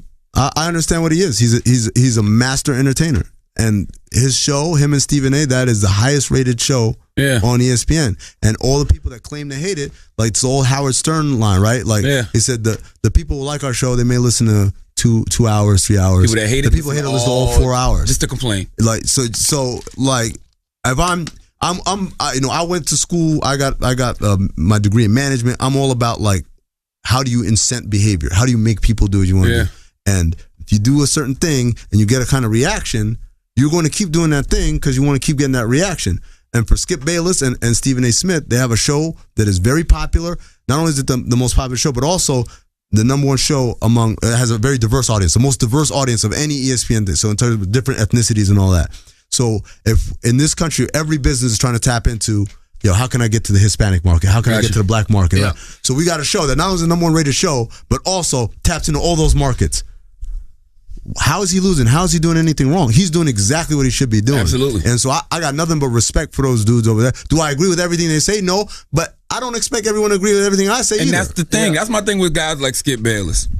Why do people think his opinions are trolling or some bullshit just because they're not your opinion? Exactly. You know why? What I'm saying? If he feels that way about something, he should be entitled to express it. So I had this dude when I was walking out of the arena in Game 7, right? The game's over. I'm walking out by the Is that a humble brag? Are you saying that you was at the game? Nah, man, What this kind is of my jeans job. did you wear? Listen, bro, come on. Rachel Nichols had a +1. Okay, Got you. True. Killing me over here. Yo, so anyway, so I'm walking out. I walk out by the Cavs buses, and there's like all these fans waiting, and some dude, his voice cracking, like from the emotion or maybe puberty. He's like, how about now? You didn't give us a shot. I'm like, dude. I looked at him, and I looked at him. I kind of smiled. I gave him a thumbs up, like, all right, good dude, good for you, buddy. And in my mind, I'm like, holy shit, this is literally the happiest day of this man's life. Yep. And so I thought about it. It's like, think about what it takes for the happiest day of your life to be about somebody else's accomplishment. Like not you getting married, not you having your first child, not you the job you dreamt of, not the big promotion, not my first house, not making sure my mom never has to work again, not any of the things that we should value. Yeah. We're talking about like, because some dudes like are hoisting a trophy that you had nothing That's to do the with. emotional connection people have with sports. Sports, That's why exactly. sports is more powerful than any fucking And that's thing, why man. when you say like, why would people care about Skip Bayless's opinions, is because they have that kind of connection to where this is more important to them than their lives, because their lives often aren't that great.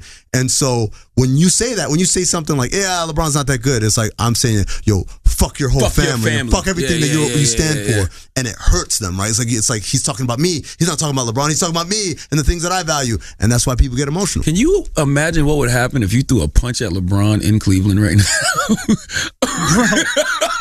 Bro, dude, are you kidding me? They would literally rip you from limb to of course. Like fucking Gaddafi. Remember what happened to limb. Gaddafi, where like they just caught him and they just They just beat the shit beat out him of him? until he died. Yeah, I didn't know they beat him till You don't know? he It was died. on tape. It was on YouTube. Oh, no, I didn't Really? watch that I shit. didn't You know never watched either. that? No. Gaddafi, like when they Do you have some special I thought it was like a Muslim hit. YouTube where they send you all the clips? YouBruise.com. Listen, that happened for real, Chris?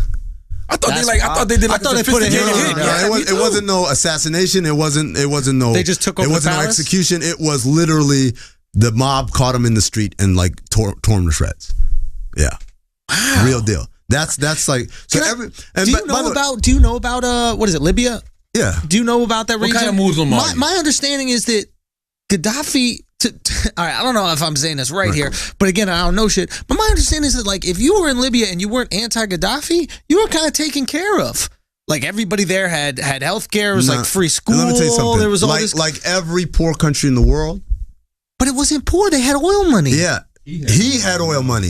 He was sitting on like literally billions of dollars. Okay. Houses all over the world, living the life. And people out there struggling, living in the desert, living like animals. Man, my dad visited Libya like in 1992. And he told me like, he Was couldn't he on the believe this. terror watch list when he got there? Hey. Yo, let me tell you something. My dad was a diplomat, so Gotcha. yeah, you know, he What does that mean? Could come and go as he pleased, basically. yeah, my dad worked for the UN. So Oh, he worked for the UN. Yeah. Oh, so you good? yeah, so all right. so he said when he went to Libya, they literally had like PSAs on TV to remind people to brush their teeth. Like it was that backward a country. Like the country was so backward. Yo, son. Bro, I'm telling you. Like, but you wouldn't know when you look at Gaddafi, all gold, everything, Versace'd up. Like, you wouldn't know that, right? And that happens in a lot of, like, I'm from Sudan. That's what Sudan is like. It's like there's a small crust of people that are that like get in there and they're ridiculously rich. Like, laugh at rich people here. Like, hi, you think you're rich? Let me show you who rich is. And then everybody else is just on the struggle. So I was talking to a friend yesterday. And is he Muslim? No. This dude is adding letters to the word that aren't even there. Muslim. What the fuck? Do it for the land. He got that is an NBA Finals thing creeping in. He got moo and lamb. He got a cow and another animal. There you go.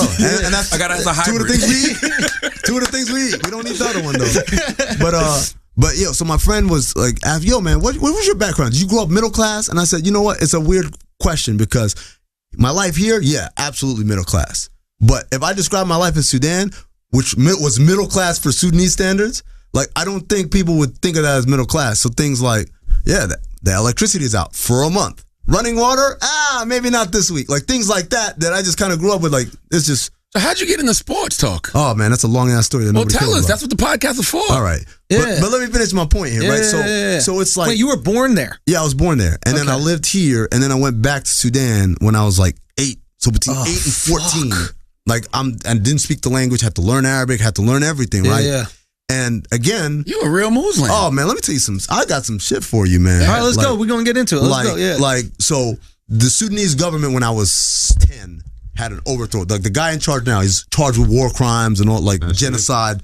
The guy's an awful human being. He took charge when I was. What's his name? So we educate Omar our people. Omar Bashir. Yeah. Yeah. So when he took over, like the first thing they did, they had like secret police round up anybody who was dissidents, right? And they would torture them at these places called ghost houses. I lived across the street from a ghost house, right? No. So, why do they call it a ghost house? Because they make motherfuckers ghosts, bro. Yes. Oh, they shit. kidnap you, and they take you there to torture you, and you many dead. times I thought it was haunted. I didn't know. Yeah, with the souls of Muslims. Muslims, man. Instead of boo, they go man. So like I was like, you know, in Sudan it's kind of weird. Again, most houses would be a house, and then you have like a wall around your house, and at night, because again, electricity's come and go, people sleep outside. You take your beds outside, you sleep outside under the stars and all that. You hear the people screaming, being tortured. Shit. Like straight up, right? So everything in Sudan now, they got oil money now, and you got people who are like eating off the oil money, and everybody else is struggling, and it's crazy. And so every time people say like, "Oh, these terrorist states and all that," it's like, you gotta understand, it's like there's a bunch of people who really just want to live, and then you got people holding them down, oppressing them, and then telling them the reason why your life sucks because of those motherfuckers over there. Because of America. Yeah, like. So it's crazy. So what is America even doing to y'all? No, it's like economic sanctions and stuff like that because, you know, like Osama bin Laden had a house in Sudan, stuff like that. Again, stuff that shouldn't concern us as Sudanese people. Why are we giving safe haven to this dude? But these dudes, they just do whatever they do. What are economic sanctions? So it's like you can't, like, for instance, if I try to watch stuff on the internet now in Sudan, I can't, right? You don't have access to stuff. I have you no can't problem with that. You can't buy American goods, right? American companies can't do business in Sudan, right? Chevron can't open a gas station in Sudan. And so what you're really talking about is money coming into the country. I can't, like, American citizens can't invest in Sudan, right? There's all types of stuff there that prevents economic growth in Sudan.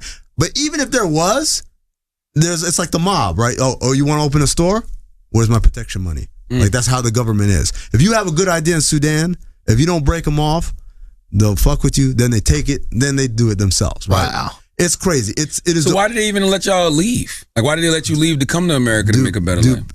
There was a time when you couldn't. There was a time where literally you had to have something called an exit visa. You ever heard of an exit visa? No. Visas are to get in, right? Yeah. In Sudan, there was an exit visa. Why are you leaving? Where you going? Right? I was lucky. Better bring me back some. Yeah, pretty much. Yeah. And when you come back, what's that? What's in your bag? Oh, no, we got to confiscate that. Wow. Like, mad stuff confiscated. Personal items, right? So we left. I was like, again, this is why I say I'm middle class by Sunni standards, because my dad was a diplomat, right? Yeah. But like, when you live in Sudan, unless you're super duper rich, there's just certain realities. I remember ration cards, man. Like, straight up. You need sugar? Too bad. You got your sugar for the month. You got to wait till next month to get sugar. Like this was a thing. We had to wait in line for bread. Bread This lines. is like some Russia shit. Yeah, like straight up. Like so like How are you sane? Oh man, because like you don't know any better. It's like people who grow up in the projects and then they grow up and become great. Like, how do you see with like watching people get shot and stuff like? Oh, that's life. That's all you don't know anything else, right? And so that's every why. time, sorry to interrupt, but that's why the internet is fucked up because it's letting people know how poor they are. Yes. Before the internet, you just thought this was life. Now you see these motherfuckers balling, and you're like, yo, this is bullshit. How did you know it was a better life out there for you? Well, he lived in America. I lived in America first of all, so I had prior to living in America. What's up? He was 3. Oh, you was young. Okay, you didn't know. Yeah. You came here when you were I came in when I was a baby. So this is his first real life that he remembers. Then at 8 he goes back to Sudan. Right. Why'd they and then bring you comes back? back here at Well, 14. you know, like at the time, like for immigrants, it's like this whole idea that like we leave and then we come back and we're gonna build the country up, right? We're gonna be the ones that make it better, da da da. Yeah. And so like everybody want to be LeBron. Everybody want to go back to a poor country. Pretty much, yes. They want to go back to third It's world either country. LeBron or OJ. You know what I'm saying? They were trying to be LeBron. Shout out to LeBron. Shout out to LeBron. Yeah. Do it for the land. So my parents, like the best story I can give you is my brother was born in England. When my dad was a diplomat, he was working in England. My brother was born there, and at the time, my mom was like, "We should get him a British passport." And my dad was like, "No, because by the time he's old enough, like Sudan will be the #1 country in the world." And so he didn't get a British passport. And then as time goes by, like we're in Sudan, my brother's got a Sudanese passport, trying to go to college. English colleges won't take him. Like no one will take him because he's Sudanese. And we're like, man, if only we had that passport, it'd be good. But like in my dad's eye, like he's such an optimist. He thought like, yo, Sudan's gonna be like the greatest country in the world, and it literally has gotten worse since. Do you talk to your father about this terrible decision now? Yeah, all the time. I give him a hard time. What do you do? I give him a hard time. Man, I Say it, bro. That's what we need from you. Let's go, man. Talk to us. I tell my dad that makes the worst gambles of all time. Not like in terms of like I'm gonna put all of this money on this, but just in terms of hey, you want to get in on this? And like, nah. And then it turns out like so, what? So my cousin Uber. My cousin lives in Harlem, right? Yeah. And his dad and another uncle of mine and came to my dad and said, yo, we're about to buy these brownstones. This is like in the 80s. But they cost like $20,000. Right? Amazing, yeah. It's like coming on, like putting in, and my dad was like, ah! He's like, my dad literally was like, first of all, what? $20,000 for a brownstone in Harlem? No one's ever going to live there. And second of all, I'm not going to be here anyway because I'm going back to Sudan and living there for the rest of my life. And like now that building is like worth millions. People like that confuse me because you can have a vision for a place like Sudan and be optimistic enough to be like this place is going to be the #1 country in the world. Yeah. But this Harlem shit, nobody's going to want to live there. Nobody's going to want to live there. They got electricity every month. Sorry, Dad. Like I can understand somebody said you want to buy a brownstone in Cleveland in the 80s. Detroit. This is Harlem. You're right there. Yeah, man. So like you say like, how did I know I want a better life? I had good parents, and they're both college educated, and so for me, like the idea of never going to college was like I'm going to go when I was done high school, I'm going to go to college. When I came back to this country, I got to go to a really good private high school because my dad worked for the UN. So you know about this. What'd you go to? Eunice. Oh yeah, you went to Eunice. Yeah, I went to Eunice. So like, if you go to Eunice, I fingered a girl from Eunice expensive. But if you're what's up? I fingered a girl from Eunice once. Yeah. What was her name? I forget her name, but she lived right next to Yasser Arafat's house in New York City. Nice. It was on the Upper East Side. Fancy. Yeah. But anyway, so like Eunice is really expensive, but if you work for the UN, it's like almost free or whatever. Free. Yeah, it's like it's heavily subsidized and stuff. And because I went to Eunice, I got to go to a good college and all this kind of like stuff that I take for granted, I guess. But how'd your dad get in the UN? Oh, it was a different time, like in this, back, like he used to work for the State Department in Sudan. Okay. The Sudan version. And then when he came here, part of the mission, basically the UN delegation from Sudan, you get to know people, and then eventually he made that contact and he switched over. Gotcha. Okay. So you brought up a very interesting point. And I want to know if this is true for a lot of other countries. But you said that there's a couple people in the Sudan that got all the oil money. Yeah. Right? And what they do is they keep down the rest of the people that are in the country, and they use the U.S. as a scapegoat for why those people are poor and starving. Specifically, like the really, really poor people who don't have access to general basic information, right? Like, so the people that would probably end up in gangs here in America or terror cells or something like that in other countries. Right. So and this happens in a lot of these countries. Like a lot of these people who are joining ISIS and stuff are people who feel aggrieved and oppressed for some reason. Usually it's because of things that are happening at home, but they make the connection. Like the reason why shit sucks in my life, It's because of those guys over there. And is that being put into their head by their own governments? Yeah, absolutely. So, though, I mean, I'm sure there are things that we're doing in these places. In some, let me. In some places, like in Sudan, everything's a holy war, right? So we had a huge civil war. We actually split the country. Now there's South Sudan. So like Lou Aldeng's my good buddy. He's from South Sudan. When we were both born, it was one Sudan, but now they're two different countries. For the longest time, that civil war, which was really about the land in which the oil reserves were under. They painted it. Those guys are pagans. They're Christians. We need to kill them in the name of Allah. So they don't like our lifestyle, basically. No. It's not the lifestyle. What is it? It's about oil. It's but all they're about using ulterior motives, and we dress it up in religion because if I say that God said to kill you, well, I can get behind that. But if I say we need to kill those guys because it'll make our lives better, it's like, I don't know, man. That doesn't sound right. Okay, you make me respect them less now. And the reason I say that is because even though I disagree with it, when you're saying it's in the name of God because you think somebody's evil and you want to take them out, that's different. But now when you're just telling me it's about money, but that's like at the highest levels, right? No. At the highest levels, right? But like the foot soldiers, like the dudes who are blowing themselves up, they really think they're going to heaven. They really believe that. Yeah, but the generals understand what this shit is. They don't even believe. If they really believed in the religion, they wouldn't be killing people in the first place. Really, I mean, like, again, we spent like a whole week praising Muhammad Ali about his voice of nonviolence, how he changed his country, And Muhammad Ali, to me, that's the voice of Islam, right? That's what most Muslim people believe about bringing people together. And Islam means submission. It means like, I'm a peaceful person. Salam alaikum means submission to the will of God. Peace be upon you. Be upon you. I want nothing but peace for you, right? Yeah. And then Orlando happens. It's like, those fucking Muslims. Like, it just changes on a drop of a hat. And that's the thing me and you always text about, Schultz, is I always say, when somebody commits a crime, it's like we figure out, okay, what ethnicity is to put what box it is in. If it's a black guy, it's gang related. It's a Muslim guy, it's terrorism. It's a white guy, he's troubled. Yeah, like it's mental health. Or insane, like we don't judge these things by the act. We judge them by who's doing the action, and that's kind of messed up. The dude that did this, they said he was ISIS. He ain't no ISIS. That dude never been nowhere. He lived in the United States his entire life. Doesn't know, never met nobody. Went and bought a gun legally, shot up some people. You know how I know that? You know what you say is right? Because if they had a 911 call like they said they had, with him declaring his allegiance, like, oh my God, that shit would have been playing on a loop on fucking Power 105. Well, like, everybody in the country would have been playing that shit over and over and over. Okay, so here's my thing about what we were just talking about the Orlando thing and about attaching, if it's a white guy, he's crazy. If it's a black guy, he's in a gang. If it's a Muslim, he's a terrorist, etc. Real quick about ISIS. The scariest thing about ISIS is that we already had this discussion, right? Which is you don't need to sign up. There is no and we had the exact same thought about this, but Amin texted me. He's like, yeah, it's easier to pledge allegiance to ISIS than to get a Costco card. Because you can do it. Because you can do it from the comfort of your own home. Well, so you don't have who's the big homie of ISIS that jumps you in? Exactly. There's no blood in blood. But you know what's funny? Like New York in like the late 90s, there were a bunch of kids running around saying, "We Bloods." They wear red and they just stab people on the subway. It's like, well, do you know any of the Pyrus from the West Coast? No, not really. And you can't do that in LA.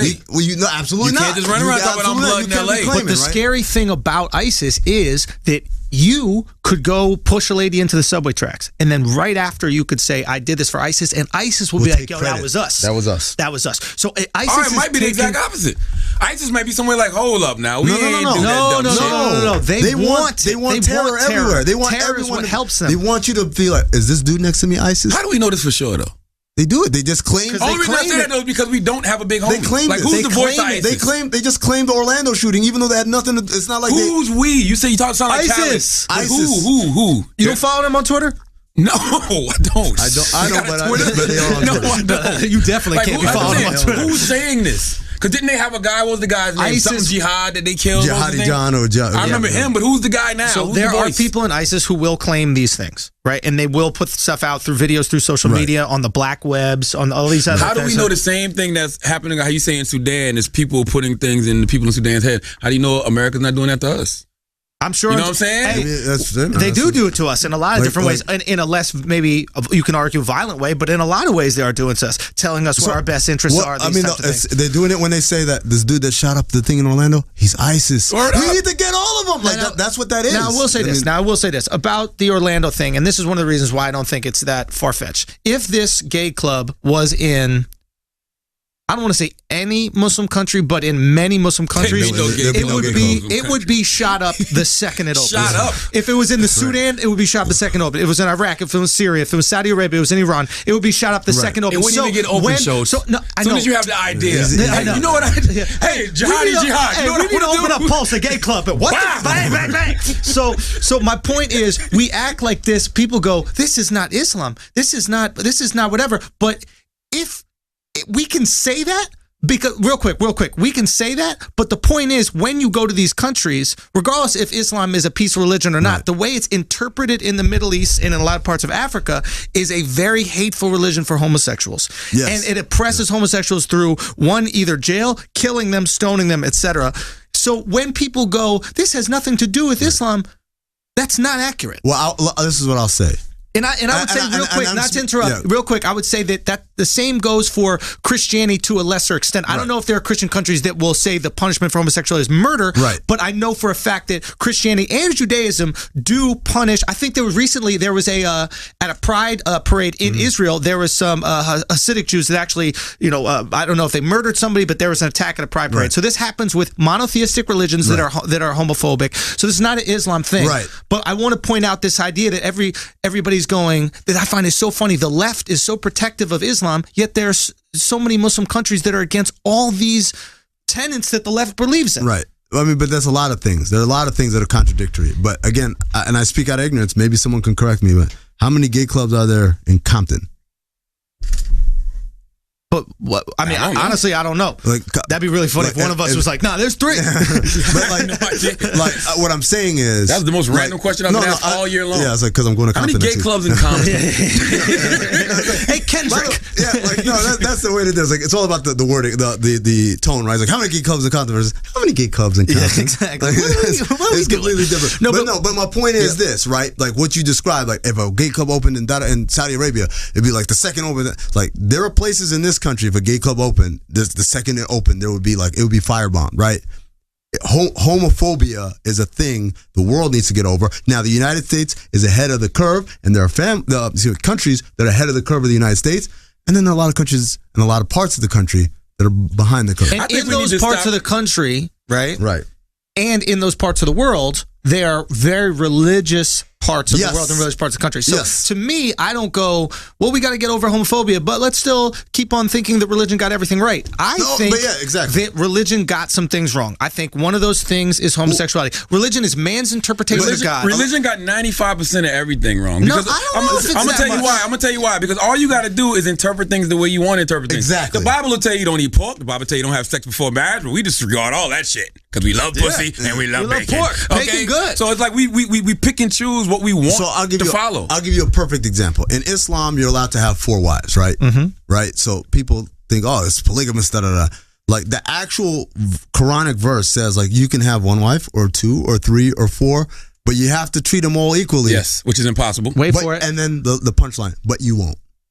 That's God saying, like, you can do it if you can do this, but you probably ain't going to do this. So you probably should just stick to 1, right? But people take that line and like, I can have 4 wives, see ya, and then they're out of there, right? Yeah. And that's what you're talking about. It's like religion in and of itself is like treat people the right way, don't lie, kind of be a good person, all that. But then people take what's written and then they're like, there's nothing that gets taken more out of context in the Bible. Or any religious book or any religious text. And the reality of the matter is, if you want to look at pork or you want to look at shellfish, at the time, they didn't know how to cook those things in a healthy manner for consumption. That's why they were illegal, because it actually helped save people's lives. That's what people who like eating pork say. Because they want to justify the quote-unquote wrong they're doing. No, pork needs to be cooked at a higher temperature. Where'd you get that from? Is that in the New Testament? They got recipes for pork in the New Testament? Bro. That's the New Testament. In the LeBron James version of the Bible. In the LeBron James version of the Bible, they got recipes for pork for those who want to eat pork. Absolutely. Okay? No, but in all seriousness, I think that I believe in God. I don't know which God that God is. I was raised with no religion, but I do believe in God. Me too. And I just feel like everyone at the table. I think God is a beautiful thing. I just think that we have to admit that man is flawed and man got a couple things wrong. A lot of things wrong. And I think once we're able to admit that, because when you think about this shit, real talk, right? If religion was okay with gay marriage, right? And let's say it was okay with Let's say he was okay with homosexuals. I'm not even saying you got to be okay with abortion, right? Let's not even go that far. But let's just say gay marriage. It was okay with that. Who's not going to be religious? Like, how could you disagree with don't hurt people, don't kill people, help? There's one or two things that are the hang-up. This what kills me, when a guy will sit there with an automatic weapon and be like, this being gay is a fucking sin. I'm about to go kill all these motherfuckers. The Bible says murder is a sin too, you fucking dickhead. It's the idea that, like, what the fuck? Like, punishable by death. It's just, it's in a weird way, this is like people who say, like, Eric Garner deserved to get choked out. Why was he selling illegal cigarettes illegally? Like, all right, so they always say, so selling Lucy's, the punishment for that is death. No, he was resisting arrest. Oh, okay, so the punishment for resisting arrest is death. Right? Like, that's the whole thing. It's like, you may not agree with the act, but you can't tell me the reaction is justified. So I agree. If you don't like gay people, you don't like gay people. The moment you pick up a gun and try to kill them all, like, I'm sorry, you lost me there. To me, you're more of a sinner than them. That's up to you. I don't even know I don't think being gay is a sin. I just don't, because they're not hurting anybody. Exactly. You know what I'm saying? Like, they're not bothering anybody. They're having sex with each other. Cool. Dude, mind your fucking business. Murder is a sin. The only time you should be allowed to kill someone is if your life is in danger, imminent danger. That is the only. There's no other. If a gay dude is trying to fuck you to death, shoot that motherfucker. That's okay. If he's trying to fuck you to your death, that's fine. Now, I'm going to tell you how this is going to be taken online. Andrew Schultz said kill gay people. That's what this is going to be said. It's going to be this. It's going to be this clip online of us talking, and all you're going to see is going to start off with, if a gay motherfucker's trying to fuck you, shoot him to death. Fuck you to death. If he's just trying to fuck you, it's gonna be. He gotta have that right. Everybody got the right to try. He's gonna lose his job. I'm gonna lose my job. They're gonna put the Rachel Nichols. Yeah. They're gonna say, 30% more. $30. With that, it's over.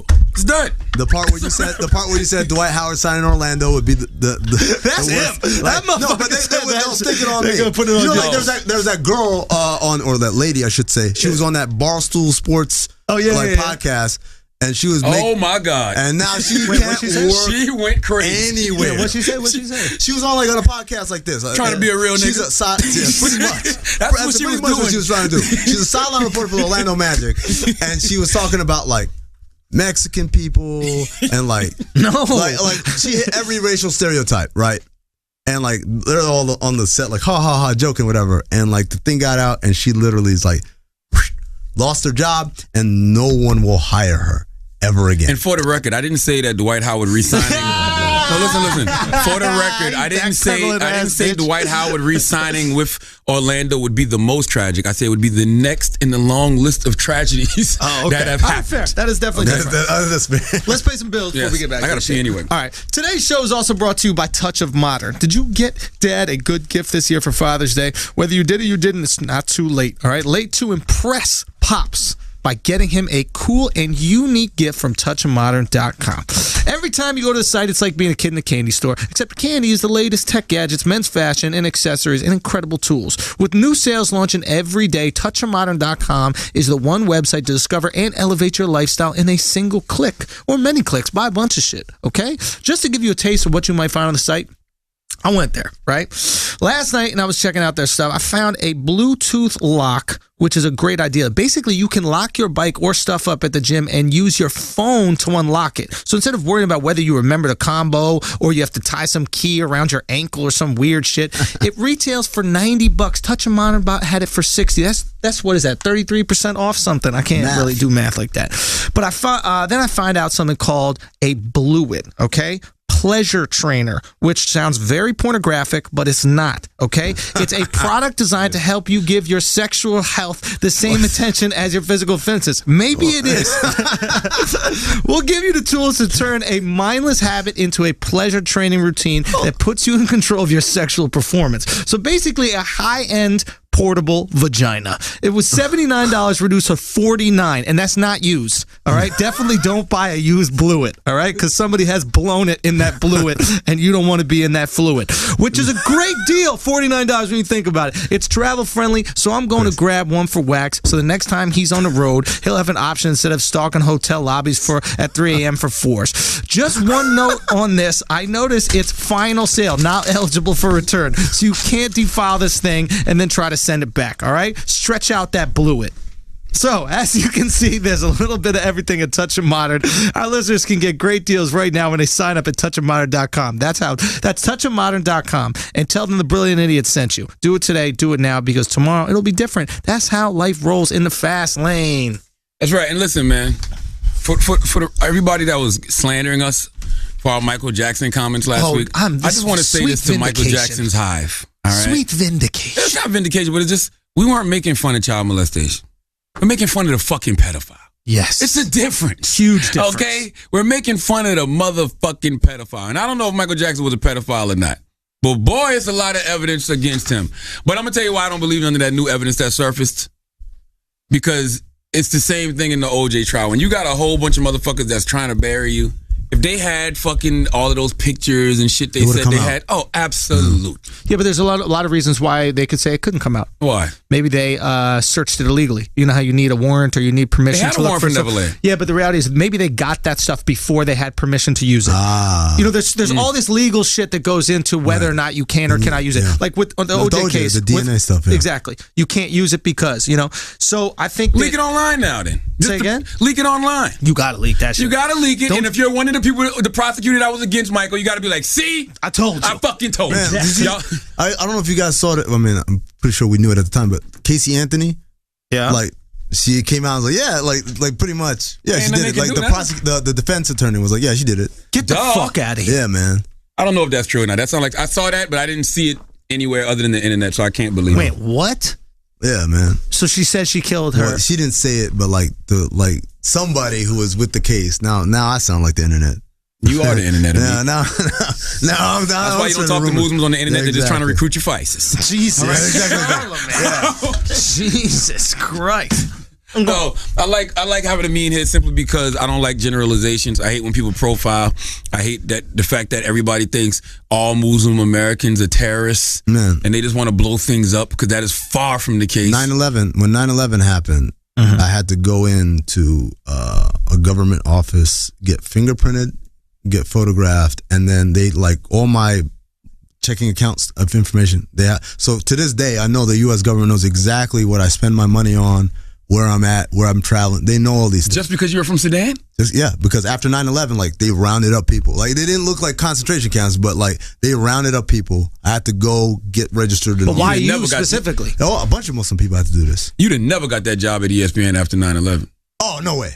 No way. Because it's like, hey guys, look what the newest guy we have here. His name is Amin Al Hassan. Amin Al Muhammad Al Hassan. He's born in Khartoum, Sudan. Like, yeah, like it'd be a rap. Come on, they're talking like Stuart Scott. This game was the bomb. Like, whoa, no, chill, Amin. Nah, man, being at ESPN is a blessing. Now, this is the part where I want to make sure I keep my job. It's a blessing, man. They treat me very well. They allow everything they told me they'd let me do, I've done. And so it's real cool to be on this side doing what I'm doing, because everywhere I go, there are people who stop me and say, and not just fans, but like people in basketball. They say, you know what I like about you? You say your opinion. You don't like, because that happens a lot where you just say, well, LeBron could be the greatest or he couldn't. Like, people don't say like, yo, I don't like this, and this about him, or I think they'll lose because of this.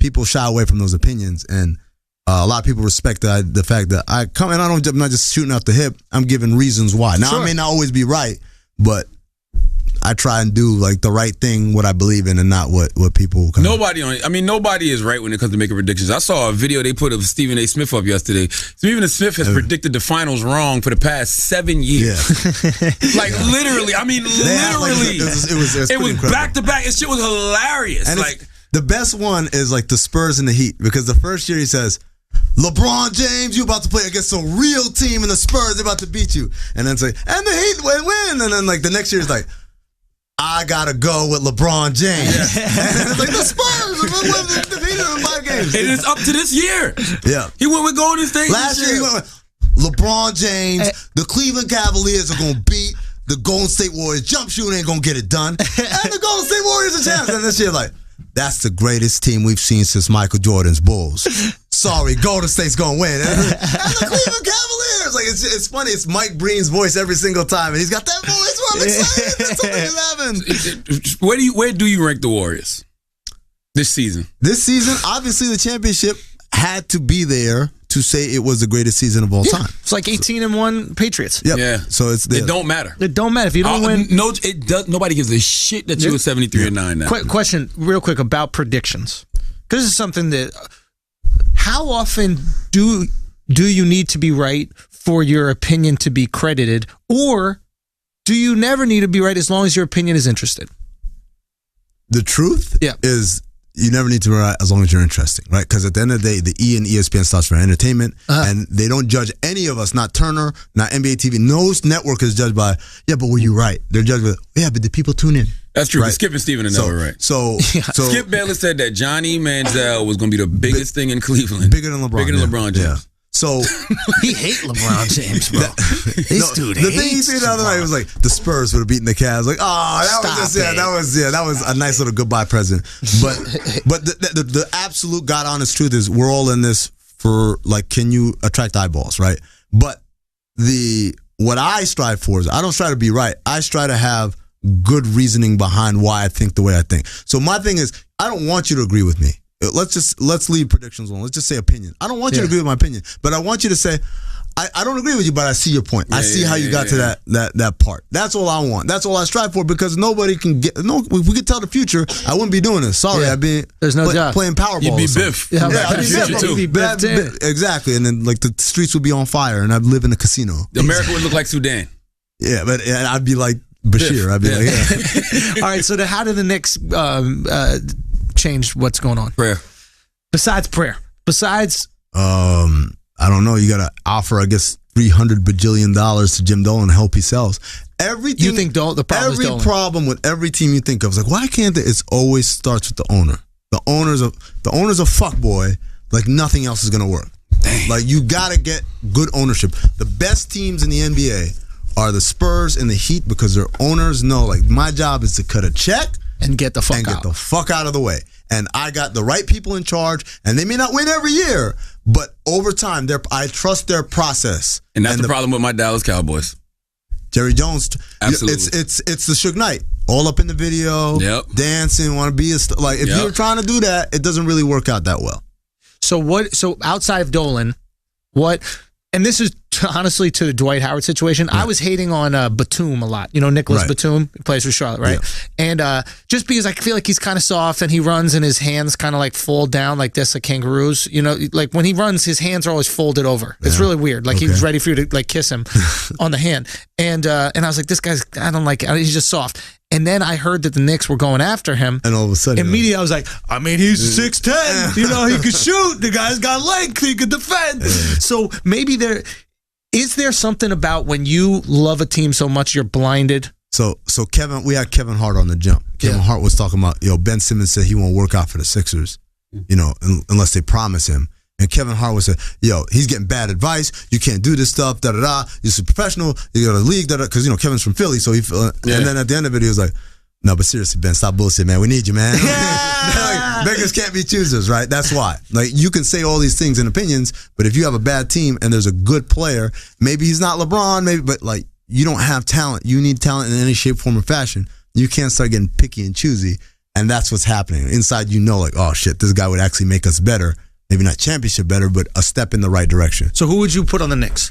What would you do? Well, first thing without names, because that's the shit I hate most of all. It's like, they need to go out and sign so and so, because that guy needs to agree to it, right? Exactly. Yeah. But really, when you look at a team like the Knicks, what are you selling? You're selling like, you could be in New York, but that's what people shit on you every day. Yeah, right? Nobody cares about that. We can pay you a lot of money, as we established earlier. Everyone can pay you a lot of money, right? And get a lot of taxes taken out of it. Exactly. That's true. It's less money you get. So you have to pitch a vision. Like, this thing is going, like, we're going to do this, and then we're going to do this, and we're going to do this. So the guys who are max contract players, the NBA has salary limits on how much money you can make, depending on how long you play in the league.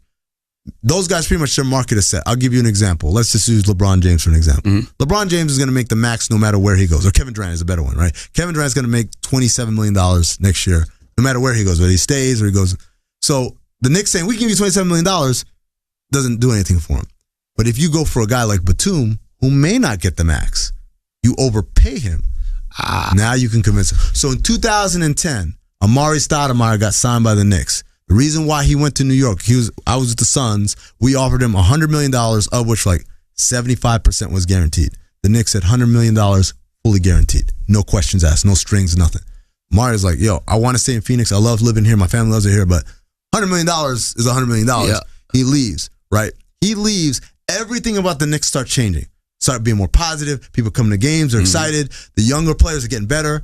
And then they trade for Carmelo Anthony. Fucked it all up. But the idea that they could get Carmelo Anthony, whereas a year earlier they probably couldn't have. All they had to do was So wait. Amari got Melo that. would be You're a right. free No, agent. I'm not denying that. I'm just saying the idea that it was even an attractive situation for Carmelo Amari. was because Amari. It wasn't even because I want to play with Amari. It's just the idea that the Knicks aren't garbage anymore. They turned it around. They right? could have just waited. They would have still had You're those absolutely right. pieces. Yeah. And You're absolutely Amari, signed Melo in free agency. Adam, you good? They would have had Wilson Chandler and Donnell Gallinari and all that. But the point remains is you had to have hope in place for anybody to want to come there. So, and the reason why they got Amari, if Amari was 100% healthy, his ass would have been in Phoenix. He would have never went to New York. But the reason why he went was because he knew his health was iffy. Really? And the Suns are trying to give me a contract that basically, if I'm not healthy, I don't get all my money. The Knicks don't care about my health, right?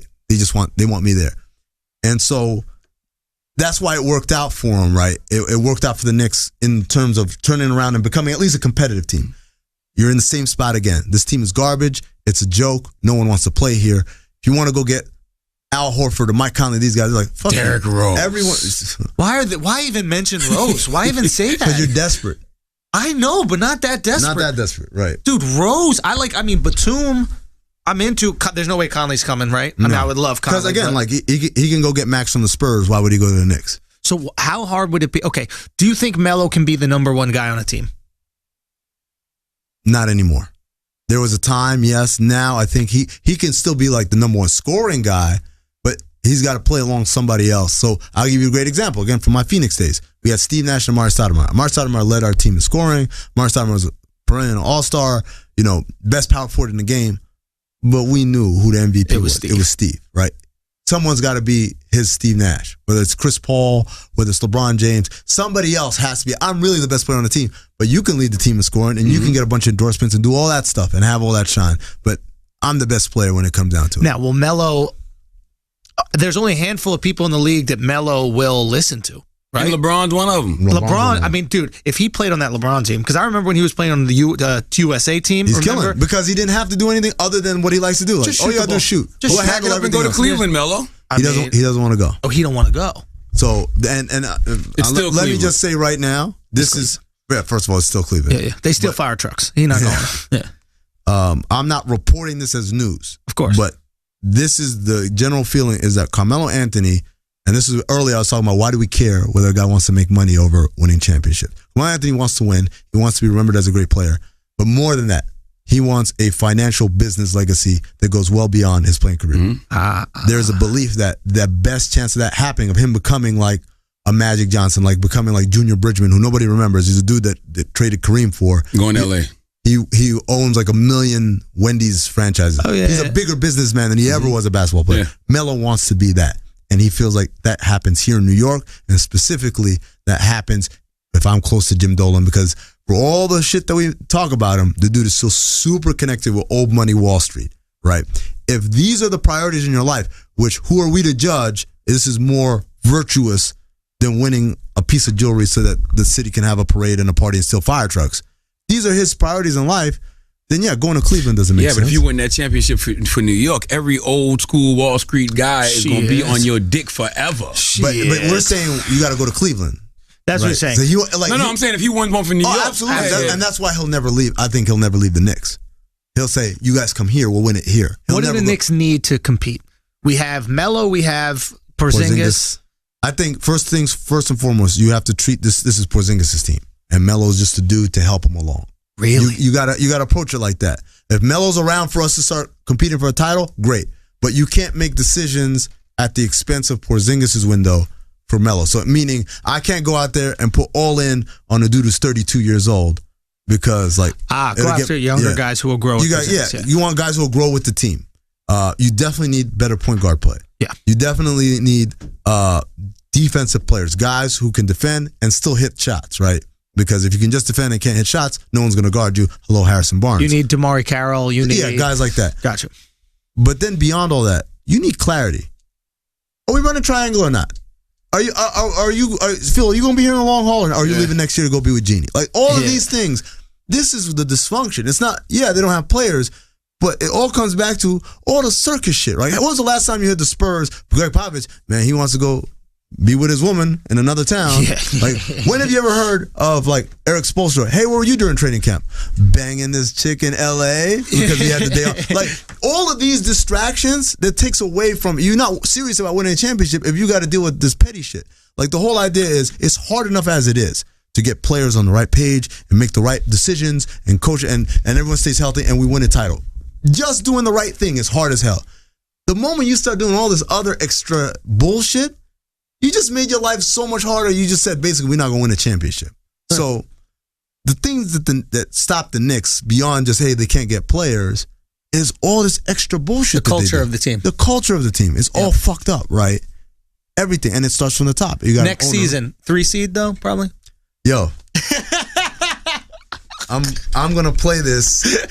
I hope it comes out on the mic. What the fuck is that? Oh, this is the greatest video of all time. Listen, I'm a Knicks fan, bro. I've been a Knicks fan from the jump. I'll always be a Knicks fan. Right. I love my Knicks. See that face right there. Yeah. Right? Boy Schultz is in first. Knicks, 3 seed. And I'll be honest, I'm being generous with the 3 seed. I really think we're 2 seed. Okay. This is last. All right. Last This is season in the- October. Okay. Like he's like, next 3 seed, and I'm All being right. generous. I really think there are 2 seed. Off the Schultz. All right, thank you for coming today, my All right, brother. man. Thanks for having Give me, him guys. your Twitter and Instagram and all that. At ESPN. Twitter is the only thing I do. I don't do Instagram. I don't do Snapchat. If you want to find me, it's all about my words, not my pictures. So I don't blame you for that. You're not a hoe. I'm not a hoe. Pretty girls got Instagrams, you know what I'm saying? Because we want to look at them. We don't give a fuck about what they think. Fuck their Twitters. That's why most girls have more followers on Instagram than Twitter. Very true. We want to see the beauty and not That's the it. words. Now, I think Amin doesn't have Instagram because of his gene selection. I could see that I too. think that's the real After reason the behind slander it. you take for your pics, I wouldn't want Instagram either. I'm gonna be honest with you. Somebody make Amin an Instagram that's unofficial. Someone already did, but they haven't posted any pictures on it. But someone's posing as me. But again, I gotta point out, man, the jeans weren't that bad. It's just a picture. It was a bad Pronounce your last picture. name again? El Hassan. Gene L. Hassan, ladies and gentlemen. Thank you. As always, if you listen to this podcast, you think we're smart, you think we're intelligent, you think we're brilliant, you're absolutely right. If you listen to this podcast and you think we're just a couple of idiots who don't